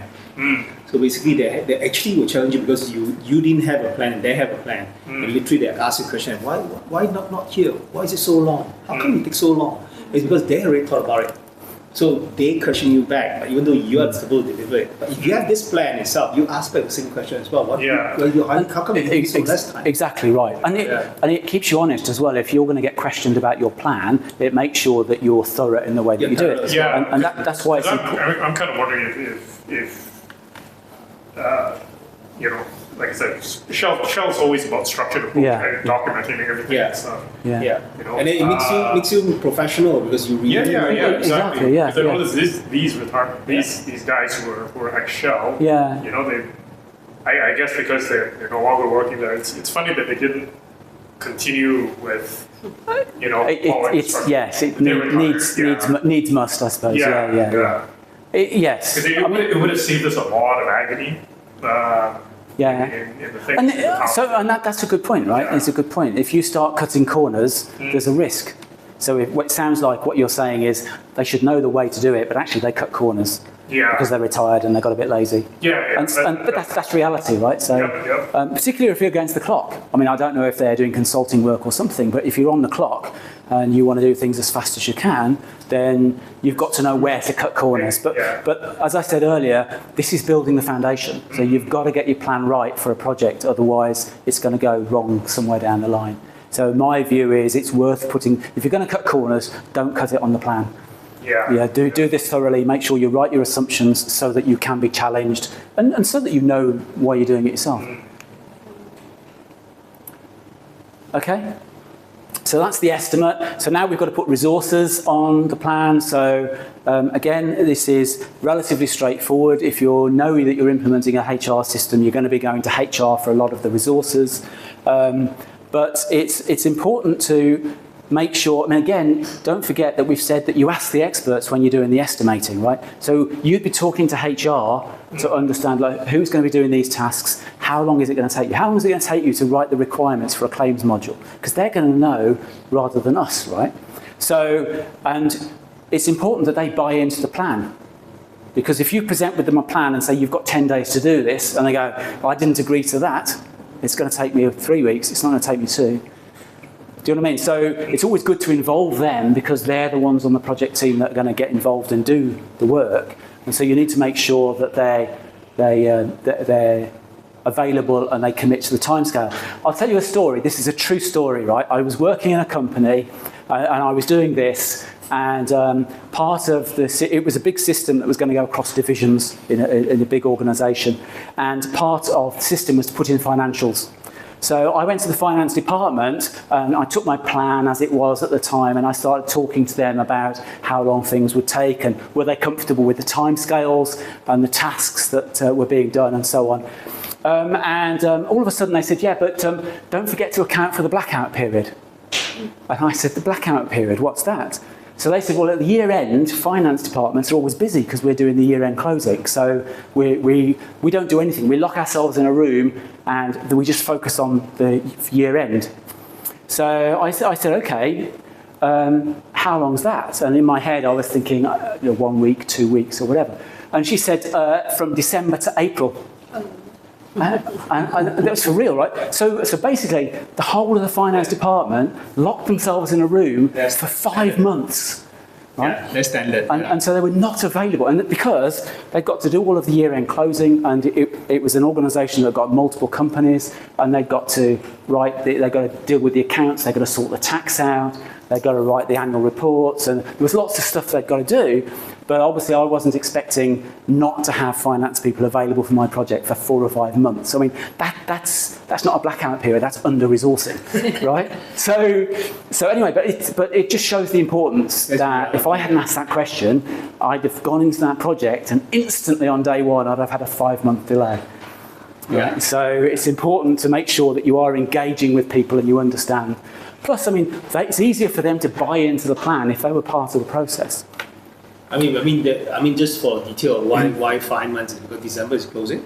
Yeah. January is opening. Yeah. Right. Then there is going to be tax to check on, new strategy, new acquisition of companies, new accounts changes. They're going to look into reconcile of old reports, old last year's numbers. Because in January, the whole January is blacked out because of last whole year's numbers are done up. That's right. Yeah, then you're going to plan new stuff and everything else comes along. And bonuses is coming in April. So. Yeah, that's right. Yeah. The other thing it's good to know is make sure that people know what they're going to do on the project. Yeah. Right, so they've got to understand the tasks that are involved. So you need to be able to say to them, well, you need to get involved in writing the requirements and also the type of resource that you need. So I've been in situations where I've said to, and this is, okay, another true story, right? I went to a company and I said, well, we're putting this big system in, and so I need manager level or senior manager level people on the project team, not junior people, because we're changing the business processes, and so I want someone who's able to think through the new process, who understands the future direction of the organisation, who's got a level of maturity and experience to be able to do that job properly. And I said, plus obviously they're also going to need to do some testing. And they go, hang on, testing, what do you mean testing? So I said, well, once we've got the system in place, those new processes that they've designed, they need to test it and make sure it works. And they said, yeah, but managers don't hit keys. Managers don't, they have staff to do that. They don't do transactions. So instantly, believe it or not, that doubled the size of my project team. Because for every manager, I also needed an executive to do the keying. Because in that organisation, managers didn't hit keys. And I couldn't explain to them that actually in the project, your role on the project can be different from your role in your day job. You don't have to be the same thing. It should be different, and so you should be willing to do different kinds of things on the project. But anyway, so in that particular company, I think I ended up with a project team of about 90 people. Whoa. Yeah, because I had to almost double the project team because I needed the managers for the brain power and I needed the executives for the fingers. Okay, so, again, it highlights the point, right, that you need to think through. Okay, so that's the resources. So we've now got our plan. We know how long it's going to take. We've got our resources. So I want to change tack a little bit. So why do projects fail? resources are delayed, they're not interested. So lack of resources or resource commitment. Lack of resources. Most of the time we have read it's thin on most of the time anyway. Resources is a big one because at the end of the day, companies don't have spare people. They don't have people sitting on the bench, sitting on the sidelines, waiting for a project. So whenever you do a project, you're taking people from the operational activity of the organisation. And so when you get a conflict, the operational side usually wins because that's revenue generating. When you're doing a project, all you're doing is spending money. Right? So that's the reality. So resource constraints are a big risk for a project, a big issue. Leadership is a problem? Yeah. Okay. Any other reasons? If you were to Teaching leadership. yes. So leaders that say that this project not good. Can I change another one? Or can you not focus on this project? You could focus on the other one first. Yeah. Okay. So a lack of management commitment, poor decision making. Unrealistic objectives, not understanding why you're doing a project, not having the commitment. Definitely. Another one is scope creep. So this is what you mentioned earlier, Julia, where you said, what happens if when I'm doing the project, something else comes along and that's more work to do, right? So that's scope creep. If you've agreed on a certain scope of your project and you've got a certain amount of work and then something else comes along and you go, okay, I'll include that as well. And then something else comes along and you include that, then it delays the project and then... That's called poor PM. Yes, and poor project management is another reason why projects fail. Yeah, you can't please anyone. Yeah, and if you were to look on the internet for why, particularly larger projects, ERP systems like SAP, why do these projects fail, and a lot do globally, then these are the sorts of reasons why projects fail. And scope change most of the time because of that. Just be bothered to have a look at. Yeah, that's right. So one of the things we need to think about during a project at the start is risks. So what are the risks? So a risk is a thing that could go wrong in the future on the project. So an issue is something that has gone wrong, right? A risk is something that could go wrong in the future. So obviously what we want to try and do is think through what are the possible things that could go wrong and what could we do to minimise the risk of that happening, minimise the chance of that. So what you do at the beginning of the project is you come up with a risk log, which is basically a list of risks that you think might impact your project, and you score them to work out which are the more important ones, and then you work out what you're going to do about them. Okay, so you define what the risk is, and we just named a few. So the reality is, if that's the reason why projects fail in other companies, chances are that could be a reason why my project fails here. So those are my risks. So how do you know what risks to start with in a project? Well, you've already got some there. The internet tells you. Right? That's the reason why projects fail. So and then obviously each project is going to have some specific risks for yourself. So you would write down the risk. You'd put some sort of description as to how it's going to impact the project if it happens, and then you score it. So, and you can see down here, you can see a scoring mechanism. So you've got impact. So if this risk happens, what's the impact to the company? What's the impact to the project, right? And you've got high, medium, or low. Now it's good to put words to this, and high, medium, and low is going to mean different things to different people. So a risk might be, it's going to blow my budget by 10 grand, 10,000. Or the risk might be medium risk, we're going to go 50,000 over budget. Or high risk is 100,000 plus, right? Or time-wise, a month's delay is a medium, 2 weeks delay is a low. So you quantify what you mean by impact. So you've got the impact, and then you've got the probability. So what's the likelihood of it happening? Is it possible? Is it less possible? Yes, Julia? The numbering represents... Sorry? The numbering? The numbering represents a score. So what we're going to do is we're going to multiply the two numbers together. So if you've got, for example, if you've got a risk and you say it's a high risk, it's a high impact. So if it happens, it's going to have a big impact to the organisation, and that risk is highly likely to happen. So for highly likely, I'm going to score it a 3. And for a high impact, I'm going to give it a 3. And so when I multiply them together, I give it a 9. So the risk score there is a 9. So that allows, when you're talking to senior management about the risks on a project, you're obviously going to focus on the 9s. You're not going to focus on the 1s and 2s. Right? So it allows you to understand which are the most important risks that I need to pay attention to.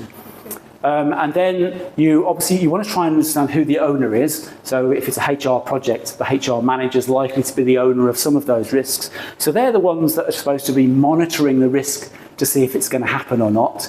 And then they would be the ones that would react if it does happen. The risk owner, right? Yeah. So, for example, if you're implementing a payroll system, you might say, well, the payroll manager needs to keep their eye on government legislation, because if the legislation changes and the new system doesn't cater for it, then we can't implement. Right? So that would be a risk, right? So, but you might say, well, actually, the government announces it way in advance, so it's a low risk. Yeah. Right? So do you know what I mean? So you put it on as a risk, but it's kind of a low risk. So, but then you say, actually, payroll manager, you need to keep an eye on that just in case it happens. Do you see what I mean? So that would be the owner. And then there are some risks. You've got to decide your action type. So there might be, so that risk, you might say, do you know what? If it happens, it happens. We're going to just accept that that's a risk. If the government changes the rules on us, then that's the same for everybody. So we'll just accept that. We're not going to do anything about it. Right, and then there are other risks where you say, well, we'll try and eliminate it, or we'll try and reduce the risk by taking some action, and so that's what you try and do. And then mitigation. So mitigation is, what are you going to do about the risk? Sorry. Yes. When you say accept, yes, it just happened. If the risk is like high, can we just still let it happen? Probably not. So you know what I mean? Yeah, I do know what you mean. Yeah. I mean, the reality is, if management accept that, then yes, right? Oh, okay. So it's the reality, but it's related to the mitigation. Okay, I think the answer will become clearer in a moment, right? So the action type is related to the mitigation as well as the score. So there's two types of mitigation. What can we do up front to reduce the chance of this risk happening? Okay. And then the other mitigation is, if the risk happens, what are we going to do about it? Right? And so if you decide, well, actually, there's a big risk there, it's a high score, but if it happens, it's going to cost us a lot of money, right? So then you'd say, well, we'll try and do something to reduce it. But if they said, actually, for us to avoid that risk completely, it's going to cost us a lot of money, then your management might say, in which case we'll just take a chance. We don't want to spend all of that money unless we have to, so maybe we just do accept it, and then we know if we've got to spend the money, we know we'll only spend it when it's happened, rather than taking a chance and maybe wasting it. Do you know what I mean? And so yes, you're right. If it's a big impact or a big probability, then you'd like to do something about it. But sometimes, if it's too expensive or takes too much resource, then management might say, do you know what, we've got bigger things to worry about. As everyone agrees. As long as everyone agrees. So the important thing as a PM is to make sure that you keep management involved and aware. So you'd have a status meeting with management and say, as we start the project, this is what I think the risks look like. These are the ones I think we need to do something about. So, for example, these are the risks we talked about earlier. So these are the reasons why projects fail. So there's two things you can do. Up front, what are we going to do to try and reduce the chance of it happening? And then, if it does happen, what are we going to do? So we'll just go through one or two. So unclear objectives and unrealistic expectations. This is where I think, Simon, you were the one that said, well, management don't really care, they change their minds, and so on.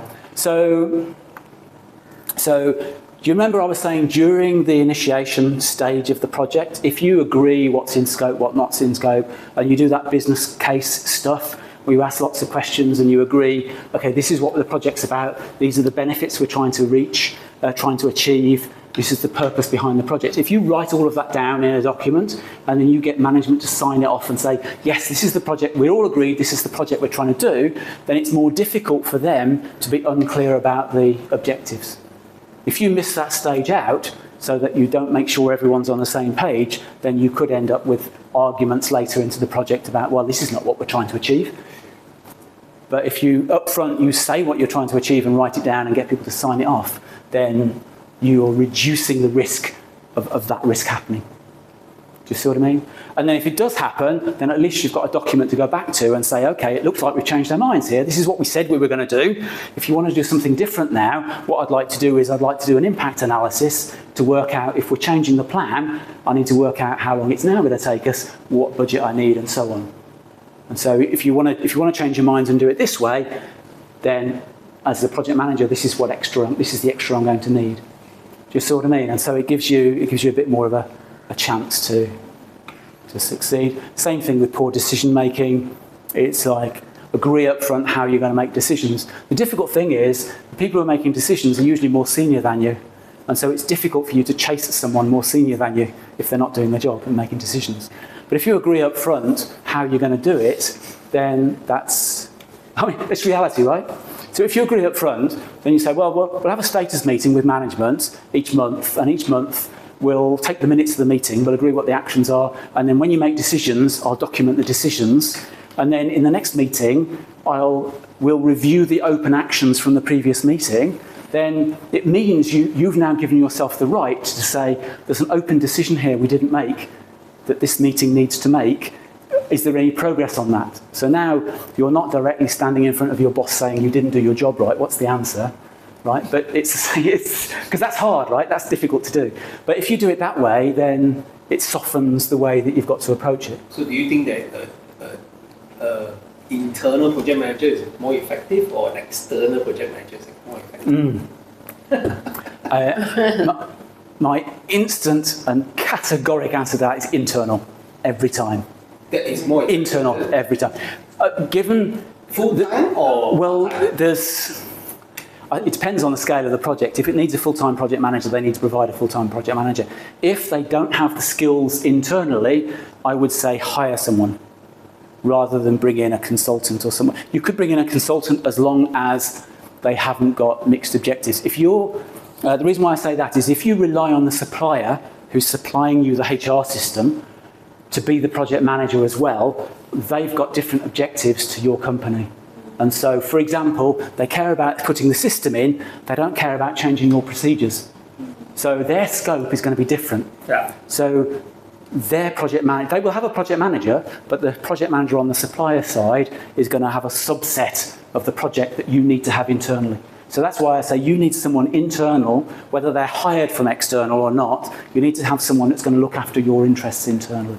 That's part of a bigger discussion about why you shouldn't do it that way. Yeah. But you understand, yeah. Okay.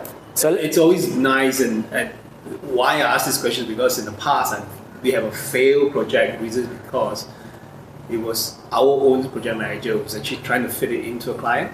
Right. And halfway through and he becomes the client's project manager.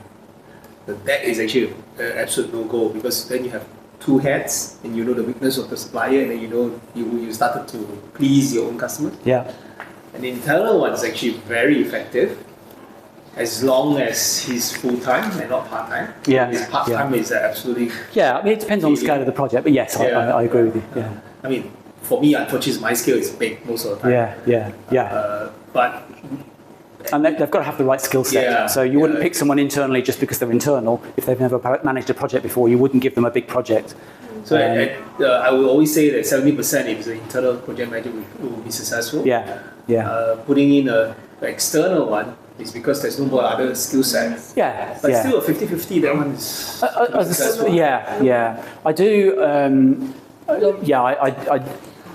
I do have another course which looks at digital transformation, and so there's a bigger discussion behind that as to how you pick the right vendors and how you manage the vendors and work with them. Really good knowledge of what's out there. Yes. Right? So up to a point. But yes. Because might be very limited to our skill set. I still say they've got to, because you've got to look after your own interests. You need to have someone who represents you as a company, rather than representing someone else. So if it's an external project manager, they should be consulted into you full-time and their only responsibility ought to be your project. So that's what they're committed to. Yeah, most of the time they will share resources.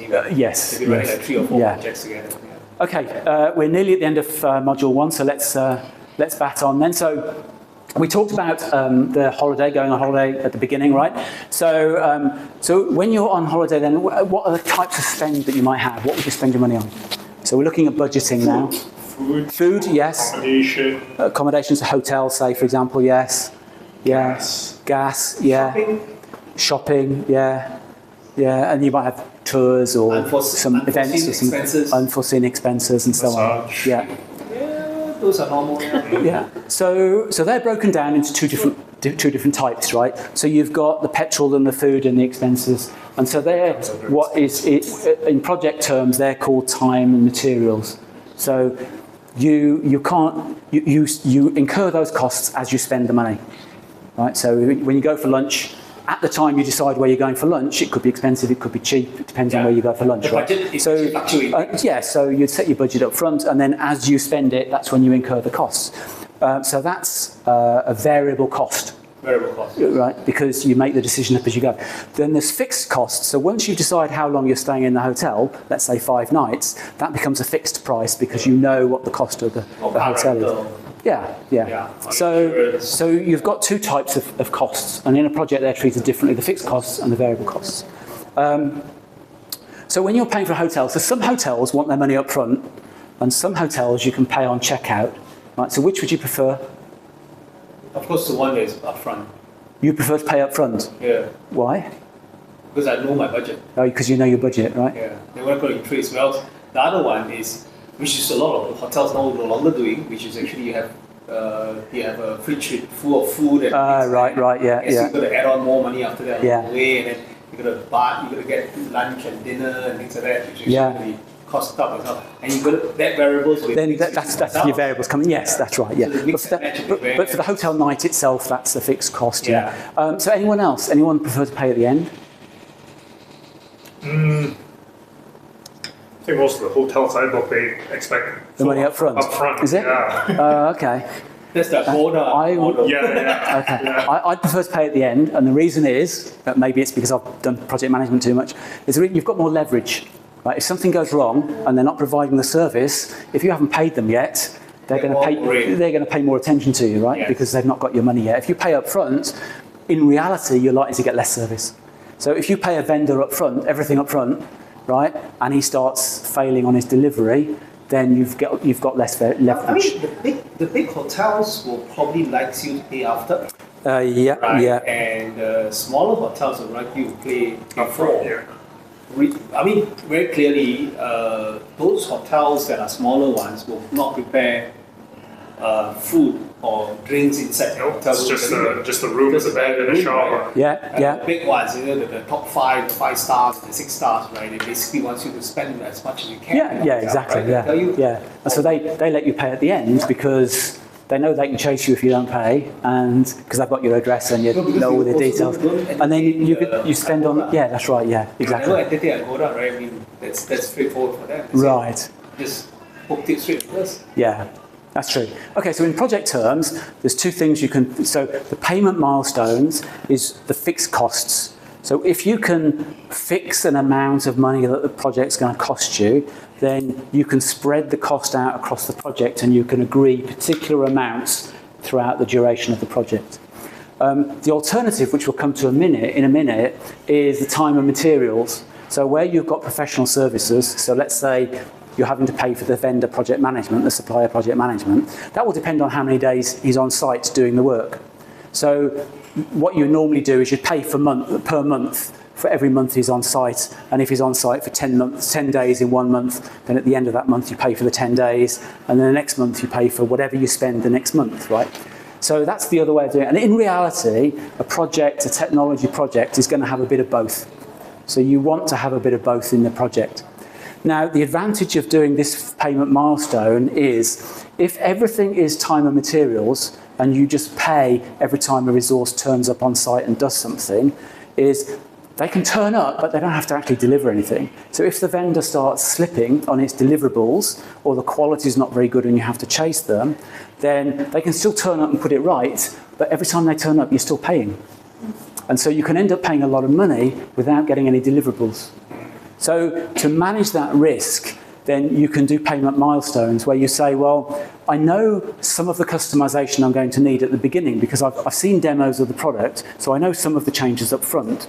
So the ones I know about, I'll reserve some money and I'll put it in payment milestones. And what you do is you decide how many milestones you're going to have, right, during the project. So here we've got 5. And then for each milestone, you attach it to a particular deliverable. So basically, the vendor doesn't get paid unless that deliverable is delivered. Right? So the vendor will insist on some money on order, so you can't do anything about that. But to counter that, you would want some money left over at the end, so you've got some leverage. So I would always try and pay something on go live. Right? And then in between, I would try and associate it with a particular deliverable that gets signed off, so that there's no argument as to whether the money's due or not. So if you say, well, UAT, I would make sure it's written into the contract that it's not just that the software's been delivered, it's that, because they might want to help, you might want their help during UAT to support. So I would say, when our management has signed off the UAT, because the UAT is a user acceptance test. Yeah. We'll talk about testing a bit later. But it's a user acceptance test. One of the jobs of that test is for management to accept that we can run our business on this system. We're happy to go live with this. And that decision point is based on the user acceptance test. So what I would do is I would say to the vendor, you only get paid if management sign off on the user acceptance test. Because that means that not only have you delivered, but we're happy with the quality. Yeah? So the advantage is you're tying it to deliverables rather than just paying every time they turn up. Okay? Cool. And then there's going to be a negotiation about percentages, which would need to be done. Does it define a good project manager by a good project budget control? That's part of what a project manager needs to do, yeah. So I think if he's doing it well, that's an indication he's a good project manager, yeah. Yeah, because we have, along halfway through some of our trainings, some of our project management, we switch it to time and materials, or some people refuse to give you anything else except time and materials. I mean, really horrible. Yeah, I mean, the risk with this is if you put too much money into this, then you end up paying, because when UAT signed off, you've got to pay the agreed amount, whether they've done that or not. So if, for example, you load up loads of customization in here, and then as you go through the project, you decide you need less customization, you've already fixed this amount. Do you know what I mean? So you have to be careful how you agree. I mean, when I do this, I try and agree that this is in principle what happens, but we also manage the days. We'll monitor the days, and I'm only going to pay that amount if you've done the work. Do you know what I mean? So I would, in the contract, I'd counter that a little bit to try and soften the blow. But you're right, and that's why I think a reasonably sized project needs to do a bit of both. You need to manage the payment milestones and the time and materials. Yeah. And it's a good opportunity to negotiate with the supplier as well, right? So again, on my 2-day course, I talk a little bit about contracts and negotiation and so on. But the vendor's going to want to load it that way, right? And then as a company, you're going to want to load it this way, right? And so there's inevitably a negotiation. So that's why the internal PM project manager is better than external. Exactly, right? Exactly. Yeah. Because the external project manager will say go live is 5%. Yeah. And the internal project manager is 15 or 20%. Yeah, that's right. Yeah, but see, and that's where I think good negotiation is when you've got a trade-off. I think if you're all fighting over the same thing, if you go, that's got to be 5%, the vendor says that's got to be 5%, and you go, no, that's got to be 20%, right? Then there's always going to be a winner and a loser, right? And so good negotiation is where you say, well, the vendor wants that to be high, you want that to be low, but you want this to be high. Yeah. So you can create a trade-off. Your discussion then becomes, well, let's compromise on that and we'll compromise on this. Do you know what I mean? And then it's easier then. There's a trade-off rather than a winner and a loser. Yeah. And so I find that's always a better way to negotiate. Anyway, we're getting off track. And then time and materials is the other one. So obviously, as you go through your project plan, you identify all of the costs that you're going to have. You categorize them into different types of costs and put the cost down. And then, generally speaking, they are then paid as they occur. And then finally, the other cost that happens is your annual software payment. So if you're paying a subscription annually, Usually, so that's got nothing to do with the project per se, once you've decided your system, right? But generally speaking, it all gets rolled up into an overall project budget. So you might say we've got a 5-year contract for subscription for the software, and in year 1, we've got all of the implementation costs. And that's the bit you need to manage. Okay, any questions about budgeting particularly? Okay, let's do a bit of a review then as to where we've got to. So, what can you remember? We've finished the first module now. What sort of things can you remember us covering? Waterfall methodology. Waterfall, yeah. So the general approach to give structure to a project, yeah. Business case. Yeah. The Gantt chart. Gantt chart, the planning, yeah. So the importance of the business case is what? Defining the deliverables. Yeah, to make sure you know what you're doing for the project. Yeah. Cost benefits. Time, those yes, kind of things, exactly. Yeah. And then the Gantt chart, which is you move then to the planning. Okay. Can you remember the tool? How do you do the planning? How do you know what tasks to put in your plan? Starting with the deliverables. The deliverables, yeah. So the deliverable-based planning, yes, that's right. Do you think in terms of deliverables? Estimation, resource profile. Yeah. Estimating. So what are the ways? What are your sources for estimates? Other experts. Other experts, yeah. Yeah. Suppliers. Think of the airline. Yeah. And then what else do you need to do if you've got to calculate it? It's multiplying with the calculation between risks and... That's risks. I'm thinking in terms of when you're estimating the scale of a task. So you'd probably break it down into smaller tasks until you've got to a point where you can put a number to it. Do you remember the flight when we said actually you've got the flight time and then you've got the time you've got to be at the airport to check in and then the travel time. So you break it down into constituent parts. Yeah. Okay. Anything else we've covered? So you mentioned risks. Risk management, yeah. And project budget, of course, that's the most important. Project budget, yeah. Okay. Yeah. Brilliant. Cool. Okay, so that's the end of the first module. So let's take a short break and then we'll come back in about 10 minutes or so for the second module. Cool. Thank you. Okay, thank you.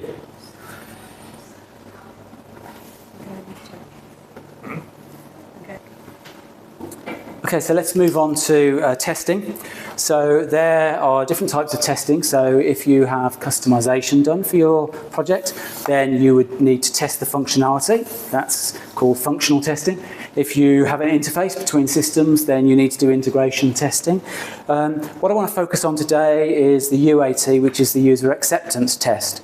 So because that's the biggest, most complicated test during the project. And this test has two functions. One is it's to check, did we get what we wanted? Right, so does it functionally do everything that it should do? Can we run our business on this solution?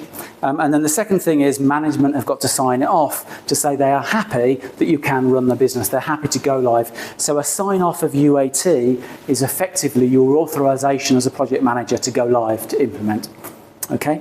So that's the idea behind the UAT. So if you're asking the question, did we get what we wanted, what would you test against? How would you start knowing what to test?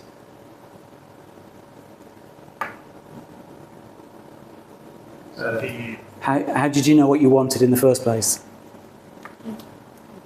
Is in the deliverables. Deliverables, yeah, particular deliverable. Right, at the beginning of the project, you wrote down what you wanted, right?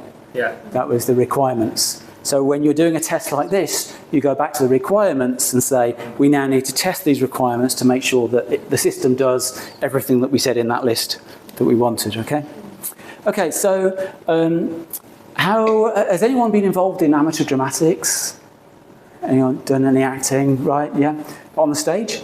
Yes. Right, okay. So how do they go about it, right? So normally, I've not, so I'm guessing, but normally you'd start off probably sitting around a table like this and you'd all have a script in front of you and maybe you start talking through the script and each actor would read out their part, and then gradually you might migrate to the stage, and then you'd start walking around the stage and making sure you know which direction to point in and who you're talking to and all of that kind of thing. And then you might add in the props and add in the scenery and so on, right? And so right before you start going live, in other words, before you start having people in to watch the play, you would do a full dress rehearsal. Right, full dress rehearsal. And in that full dress rehearsal, you're wearing all the makeup, you're wearing the costumes, you're following the full script, you're on the stage, you've got all the music, the lights, everything. So it is exactly how you would do it with the audience, exactly how you do it. So a UAT is exactly the same. The nearest you can get to pretend that you're running the business, the better. The more realistic it is, the better, the more realistic the test is, the more it's really testing the product, right? If you don't follow your true business processes during the test, how do you know it can do the job? If you're not using real business data in your test as test data, how do you know it will cope with your data? Because if you sit there and just make stuff up as you're keying into the fields on the system, then it's not necessarily representative, right? So when you're planning a UAT, think full dress rehearsal, right? Because the nearer you can make it, the better. So for example, when you go live with a new system, you've got to create a new production environment, or whoever's hosting it has got to create it for you. So if that's the case, create one for your UAT and test that you can do it properly, right? If you've got to migrate data into your production system, then you might as well migrate data into your UAT and test that you can do it.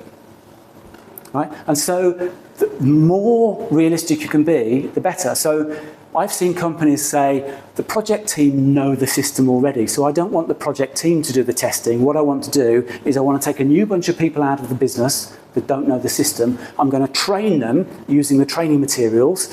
I'm going to give them the new user guides and the new SOPs, and I'm going to let them loose. And if they struggle because the training was no good, then that's testing the training. If they struggle because the SOP is not very clear, we know we've got to change the SOP before you go live. So it's a way of understanding what kind of support issues you're going to have when you go live. So that's what I mean when I say the nearest, if you think full dress rehearsal, the nearer you can do everything as if live, the better for a UAT. Yeah, of course, using the fresh eyes and the fresh opinion from a fresh group of people. Yeah, exactly. Now that has an impact on, some companies don't do it because it has a bigger impact. There's more of a resource need, it takes more planning, there's more hit on the operations of an organisation. But I think the reality is, where you've got this conflict between the project and operations, and it comes back to the business case, if the benefits that you're going to get from doing the project are important enough and understood well enough, at some point it's got to become equally important as your operations, because that is the operations of tomorrow. Do you know what I mean? So at some point, if you're struggling to get management to commit the resources, at some point you've got to have that discussion with them and say, look, in reality, at some point it's got to become the most important thing. Otherwise, we're not clear why we're doing it. Okay? Right. So when you're planning for a testing, you have what are called test cases and test scripts. So a test case is basically just a list of everything that you need to test. And you would go to the requirements. So we've got here a short extract from the requirements that we looked at earlier at the beginning of this module. And then below it, we've got a test case and a test script against the top requirement. So basically, the test case just says, this is what we want to test, and the test script is the step-by-step process of doing the test. Okay?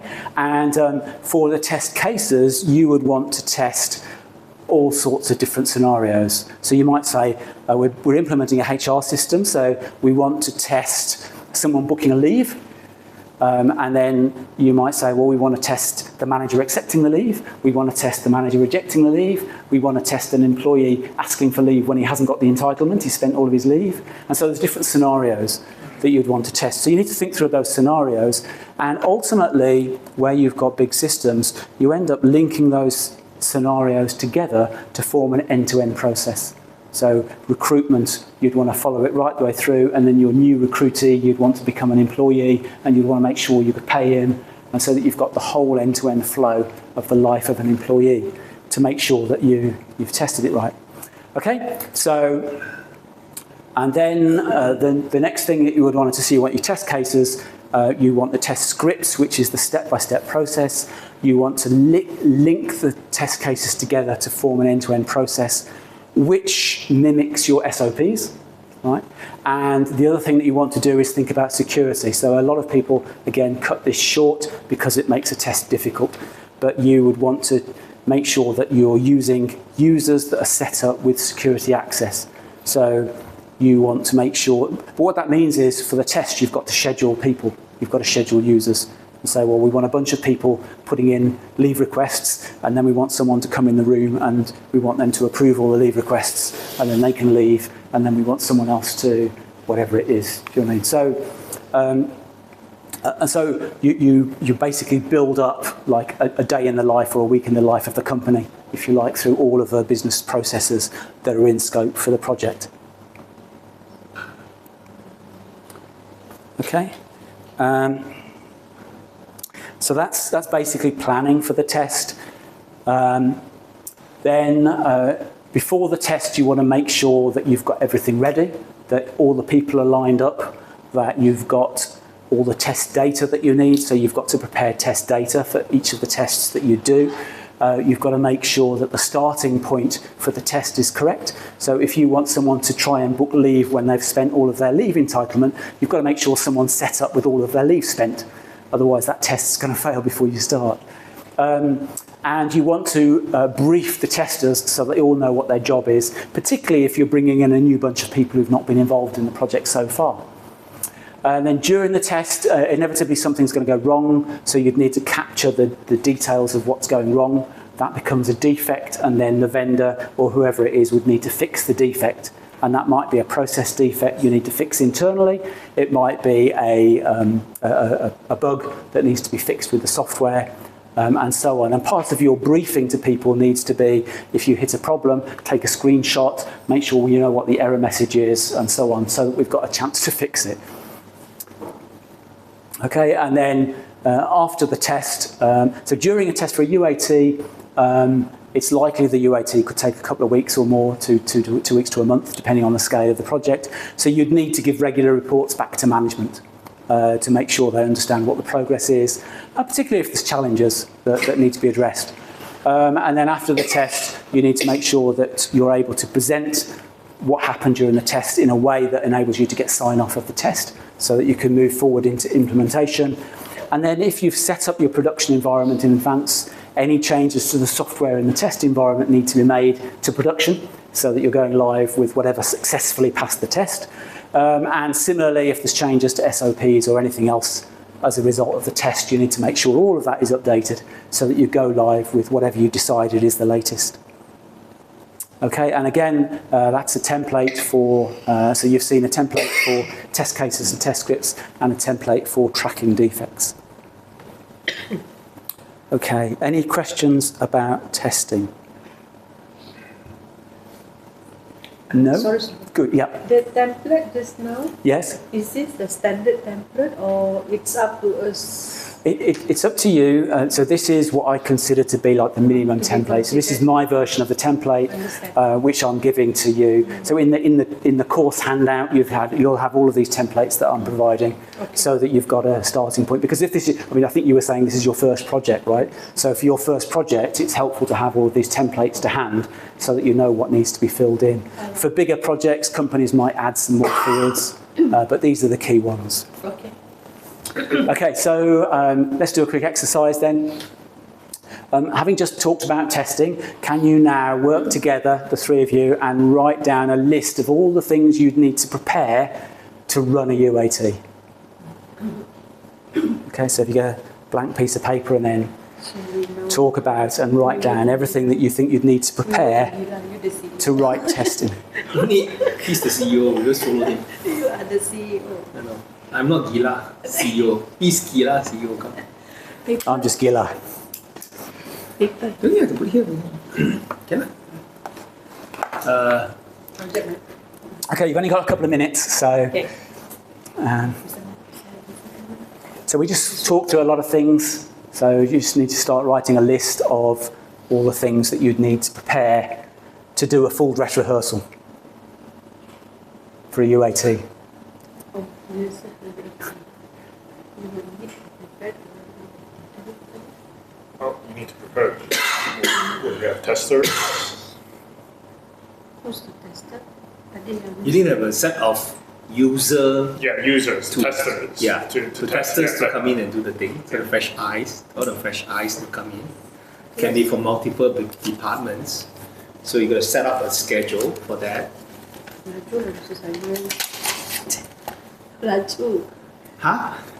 List of users. These Yeah, are users. users or testers. Work with the managers to release some of these testers. Have the testers getting ready, profile the testers correctly in terms of departments, and getting them to. Okay. So besides the user, upon user to the test, then the schedule, the date lah. Send the invitation. Then we need the Schedule. testing parameters. Testing parameters, Yes. yeah. UAT parameters. Meters. Invitation to the users. To train the new users how to use the system. Obviously, they need to know how to use the system. Without going there with blur. To users. Okay. Then They need to be trained and the SOPs. UAT parameters is Part of the training, They need training. They need Then the it comes along. SOPs. Like the manual. the manual, yeah. then Then they start testing. What about the feedback? Yeah. Feedback along the way when you're testing anyway. And then you can also do performance of the server by having multiple tests going along. Maybe stress tests of the servers. So what is it? Performance feedback? SOPs. performance feedback. Something like that, yeah. I still can't remember what I want to do, how to Just now you're better saying. control performance. Just now you're saying that we must have when requirement test. That means the objective of why we Double check the requirements as well. Yeah, of course. That's also quite critical. Oh yeah, stitching back to requirements. It's a cross check of the successful rate of the requirement. The successful rate of the requirement. Does it match back to Yes, the requirement? right. Yeah. Am I right?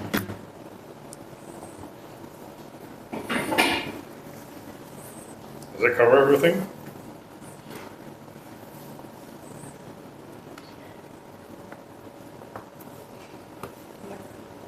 Who?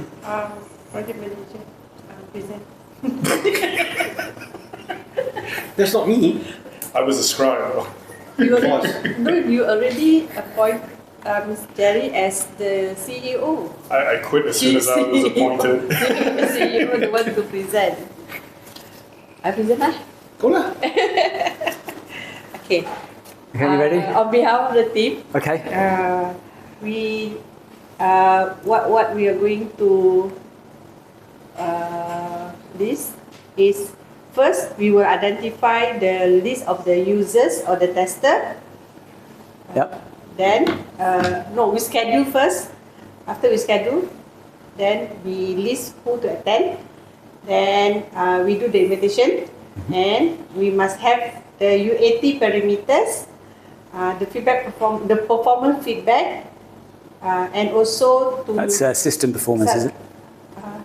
Yeah, system performance. System performance. Okay. Yeah. Yeah. Yes, Yeah. system performance feedback, and then we also must have the successful rate of the requirement of the system itself. Right. Okay. Yeah. Yeah. So that's the sort of the exit requirements, if you like, the exit criteria. Yes. To say how many of these tests need to pass to pass, move. fail. Yeah. Got you. Okay. Based on the feedback Yeah. they have given us. Mhm. Did I miss anything? Roughly, yeah. Roughly. Anything Training else? SOP manual. Yeah. SOPs. Yeah. Manuals, user guides. Yes. Yeah. Yeah. Okay. Anything else? Okay. Okay. So that's, There's a lot more. yeah, that's the list. that I came up with. Oh, the start. And there could be stuff missing off this. Yeah, So obviously if it's a big UAT, you might need to reserve the room, you might need some equipment. If it's payroll, for example, you might need a special printer to run the payroll off. I've run like payroll implementations where they insisted being in a locked room because it's sensitive data. Yeah. So, but the thing is that do they use test data as well? Well, that's the thing. And again, that's why they wanted a locked room, because they wanted to use real data, because they wanted to run a monthly payroll. They wanted to, basically for the UAT, they wanted to run last month's payroll like in the system to make sure they got the same answer as they did last time, because that's the one test that you can do for selection payroll. of people with different, So payroll's a bit special, but that's what they wanted, yes. So it was real data. Okay, so you need all the test data, the test environment, the test scripts. I think you covered most of that. You need some templates, so you'd need the defect template to track defects. I think you mentioned the user guides, SOPs, and so on. previous reports. The one thing that I think you didn't mention that's quite important is if you have interfaces with different systems, not only do you need a test environment for the system you're implementing, you also need a test environment and an interface to run into. So if it was payroll and you want to test the payroll run into finance, you'd need a test environment for finance also, and you'd need to be able to point the interface to that test environment to do the test. But apart from that, you didn't too bad. You caught most things. That's good. Okay, so that's... Good students. Yeah. So you're clear on testing, right? Yeah. Right. Okay. All right, and so let's move on then. So we're looking at data migration. So once you're through testing and you move in towards implementation, one of the things you need to do is migrate data from whatever you're using currently into whatever the new system is. So this is where it gets a little bit technically challenging. But it's the same as moving house, really. So what do you do when you move house? If you move apartments or... Right?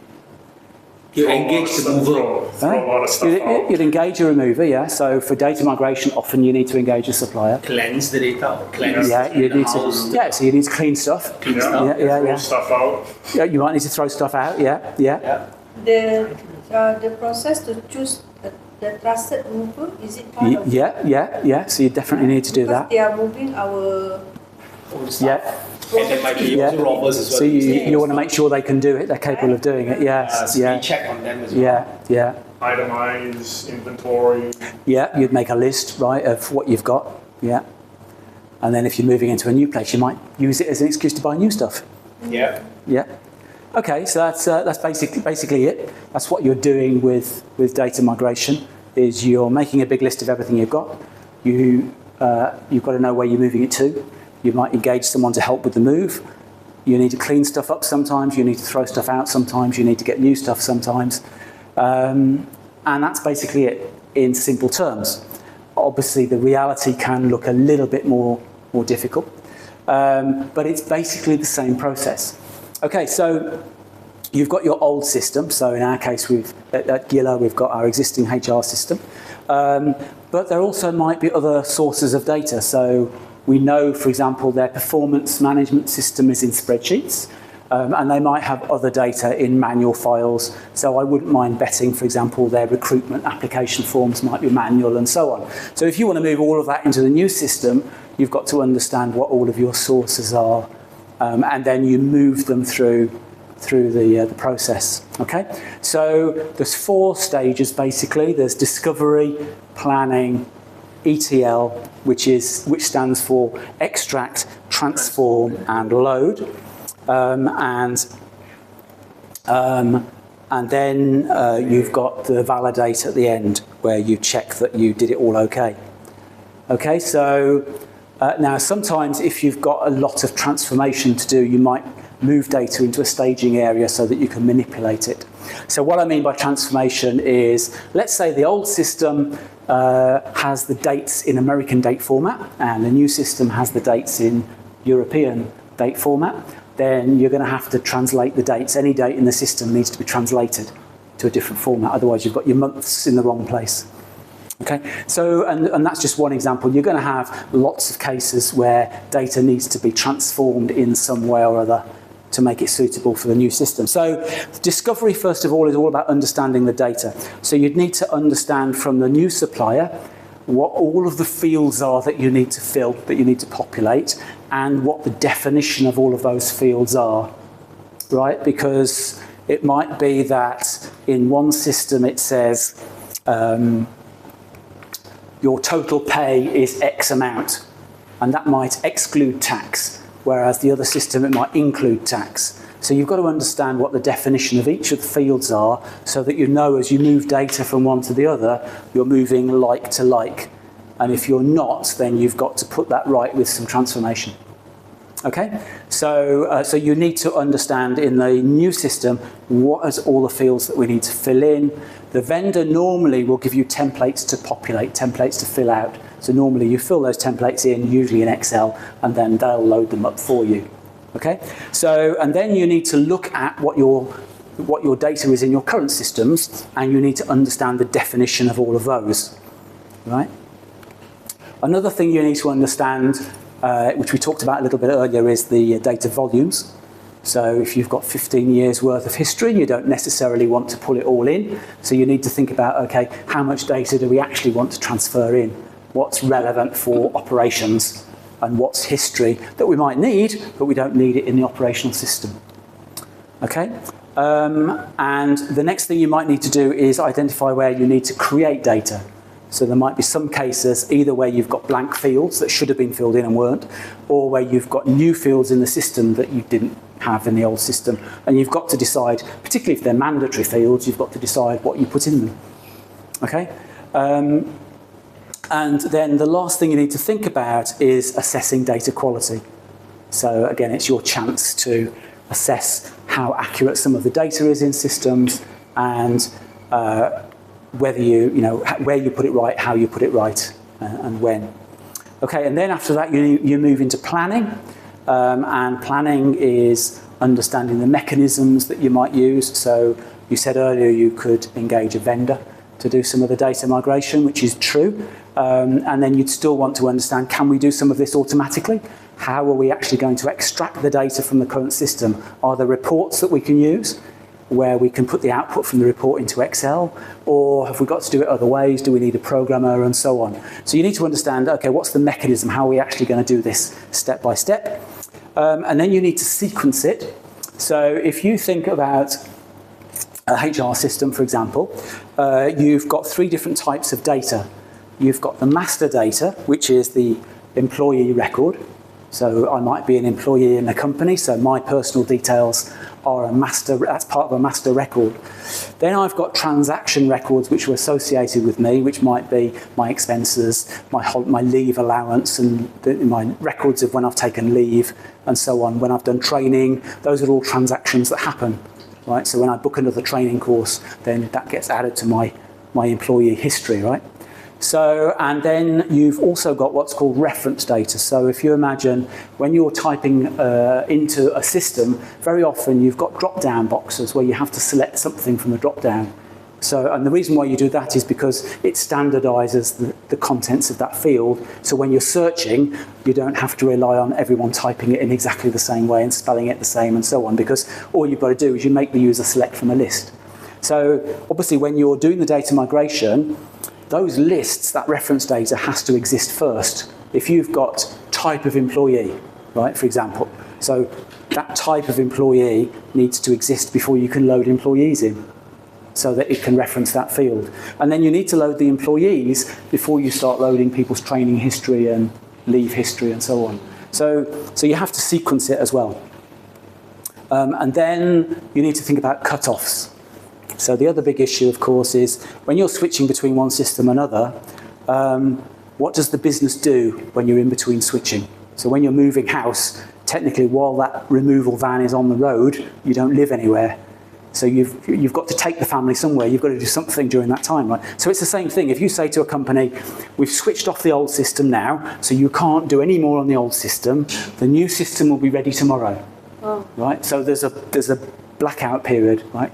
And during that period, you've got to decide, what does the business do? Does it carry on and it keeps things on paper, or do we stop, or what do we do, right? And so you need to think through what's this transition process look like. So you might say to the purchasing department, well, tell everybody they've got to buy everything to keep themselves going for the next week. So buy everything early, and then we'll get everything delivered early, and then we'll do no purchasing activities for a week, and then we'll pick it up in the new system. Right? So there are ways that you can cope with this downtime in the middle. But you want to minimise that downtime, minimise the disruption to the business, but you've got to think through how you do it. And some of it might be, because you're not going to do all of this in one shot, right? You can transfer all of your employees to the new system, and they're still in the old system. The old system's live because you've not finished your UAT yet, right? So they're still progressing in the old system. So you've got to know at what points. You've got a cut-off point where we took a copy of the employees. So if someone new joined after you took that copy, you've got to make sure, actually, we need to add them into both systems now. Otherwise, we're out of date. Or you build up a backlog and say, well, we'll address the backlog that we've built up in the new system later. Okay, so you've got to think through the cut-offs and the backlogs and how you handle it. And then the other thing that might happen is when you implement a system, there might be business changes. There might be changes to process or whatever. So, for example, the easiest example to think about is a finance system. If you're putting a finance system in and the finance manager says, actually, I'm going to use this as an opportunity to change the structure of all of my accounts, right? So we've run out of numbers for our old accounts. I want to give a new number sequence to our accounts, right? Or I want to change my chart of accounts. So I want to rejig things around. So that means an old account number in the old system might be different in the new system because the finance manager wants a new account number.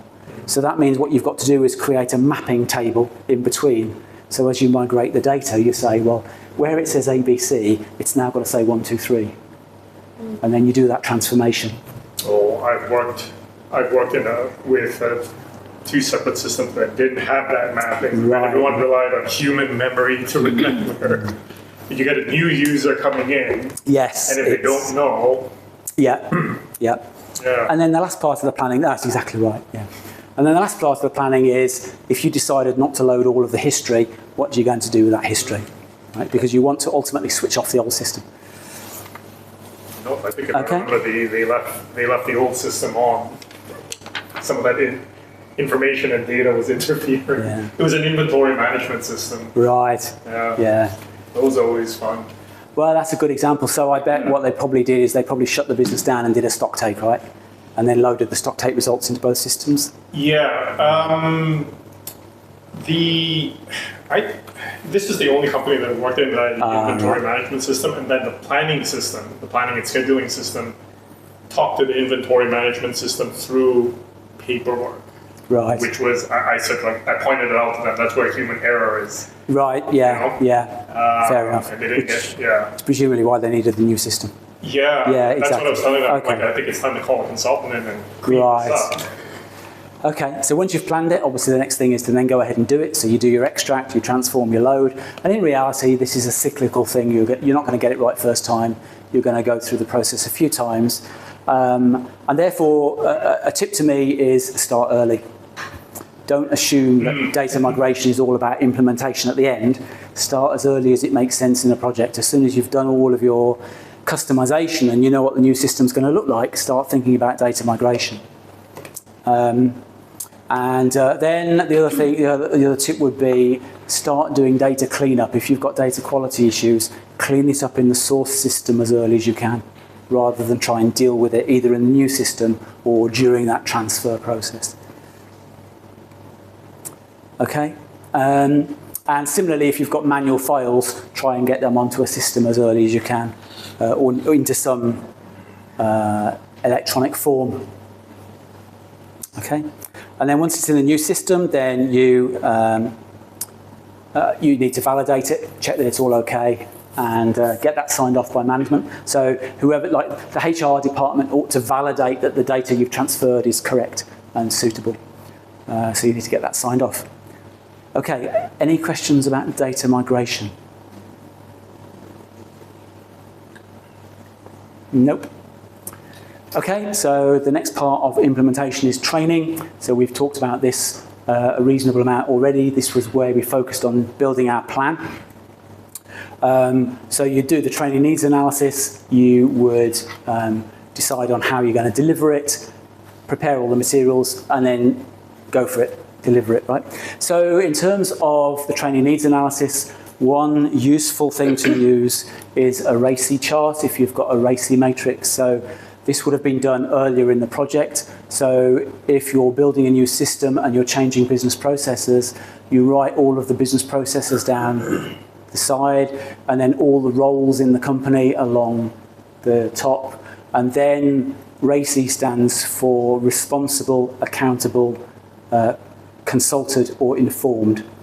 So you're going to have one of those 4 roles in a process. So if you've got that filled in, because you'd use this, for example, to set security in a system. So you know who needs access to what. So if you've got this is a really good way of giving you a kickstart for your training needs analysis. Okay, and then in terms of deciding the trainers, so again, what companies often decide is, well, we'll get the supplier to do the training instead of us, right?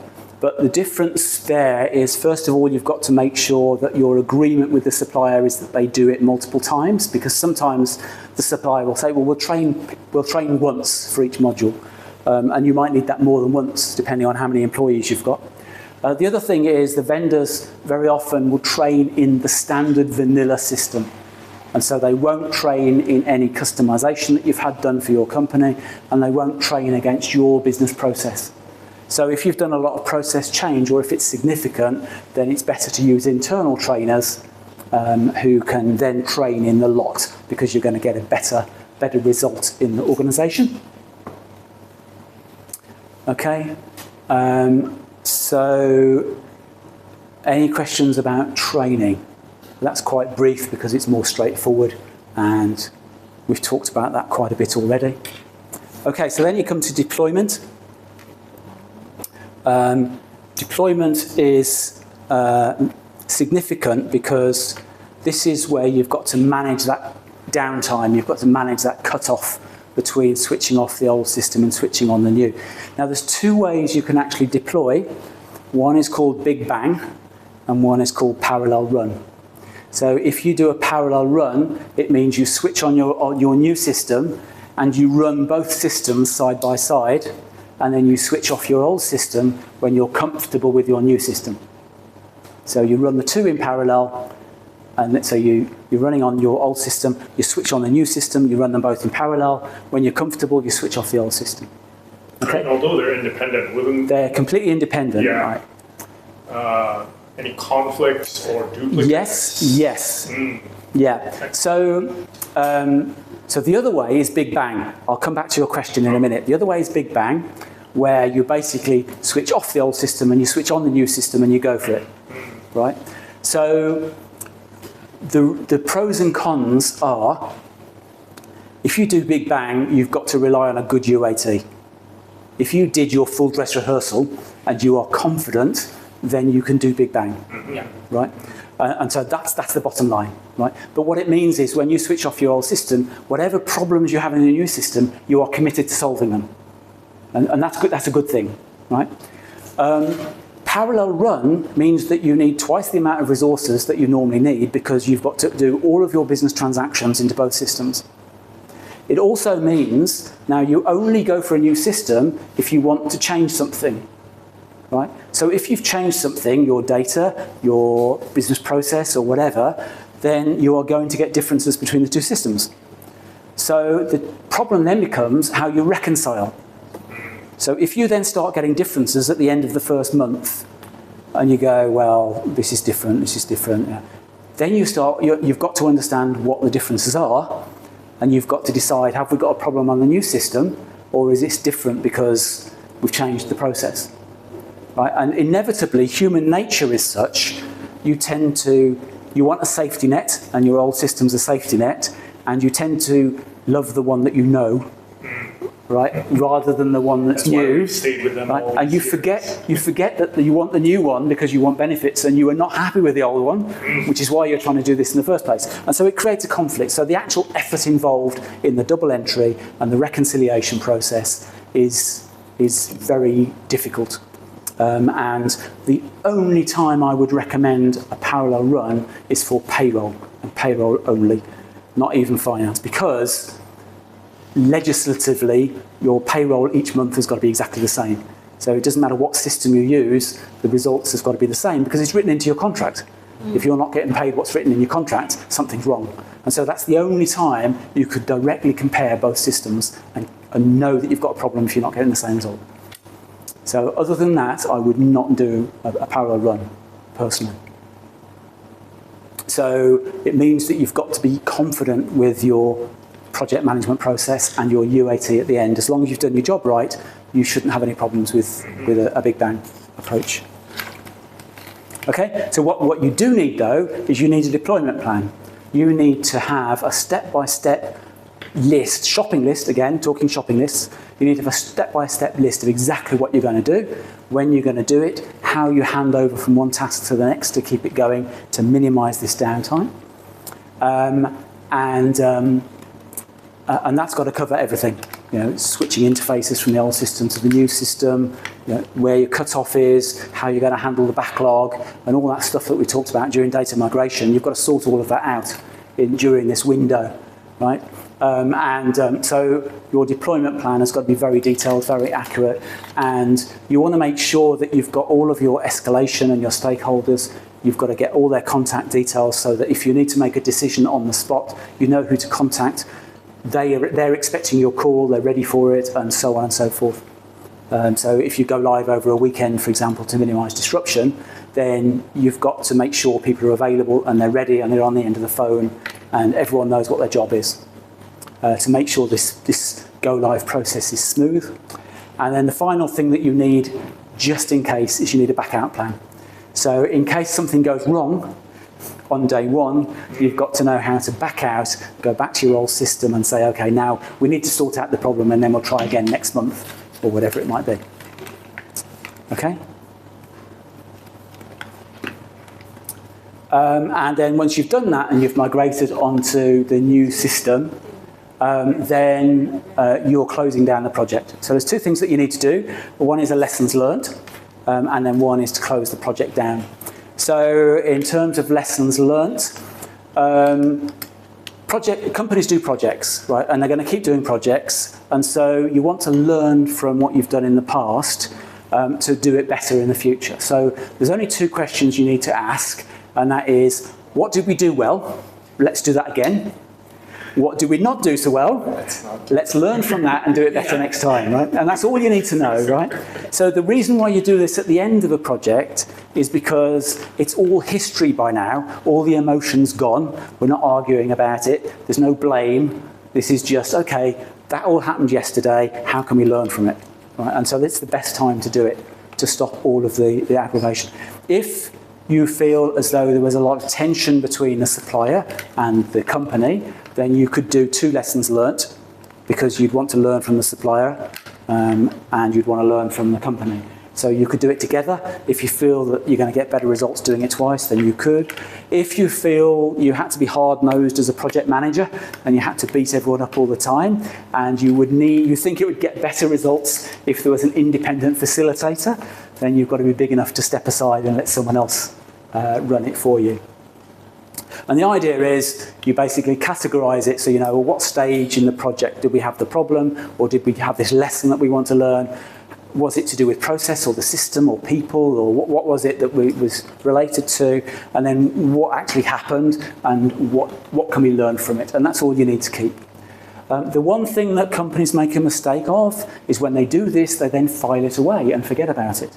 But the whole point of doing this is to make it available for future projects. So you need to have somewhere central that you can store it, along with all of the other lessons learned from other projects, and then make sure it's available and known to all future project managers. Okay, and then finally you close down the project. So you've got your project plan, you've got risk logs and issue logs and all sorts of things, meeting minutes and so on. So you'd need to go through all of those and make sure you've not got any open actions, and make sure that if there are open actions, you've either closed them out or you know how they're being addressed. Right? So ultimately you've got to basically close the project down in a structured manner. And then when you've done that and you don't need people, then you can disband the project team and stand people down bit by bit until you're the only one left. You need to release any resources, so if you've booked a room for training or testing, or you've got printers or water bottles or whatever it is you've got as a resource that you've reserved for the project, you need to let them go.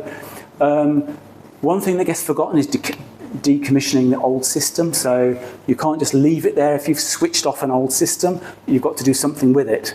Right, you want to stop paying the vendor, you want to do something if it's your hardware in your data center, or if you're paying for hosting and so on and so forth. You need to address that.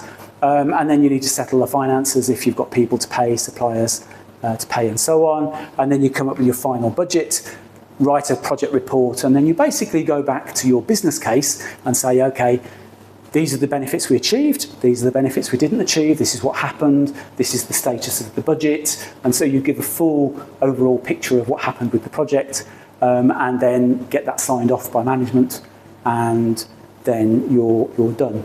The only other thing you've got to do then is file away all the paperwork so that it can be reread and reviewed if necessary in the future. So any questions about like lessons learned, closing the project down, or anything like that? No? Okay, so let's do a quick review then. So that's the second module, which was running the project. So what can you remember about the second module? Testing.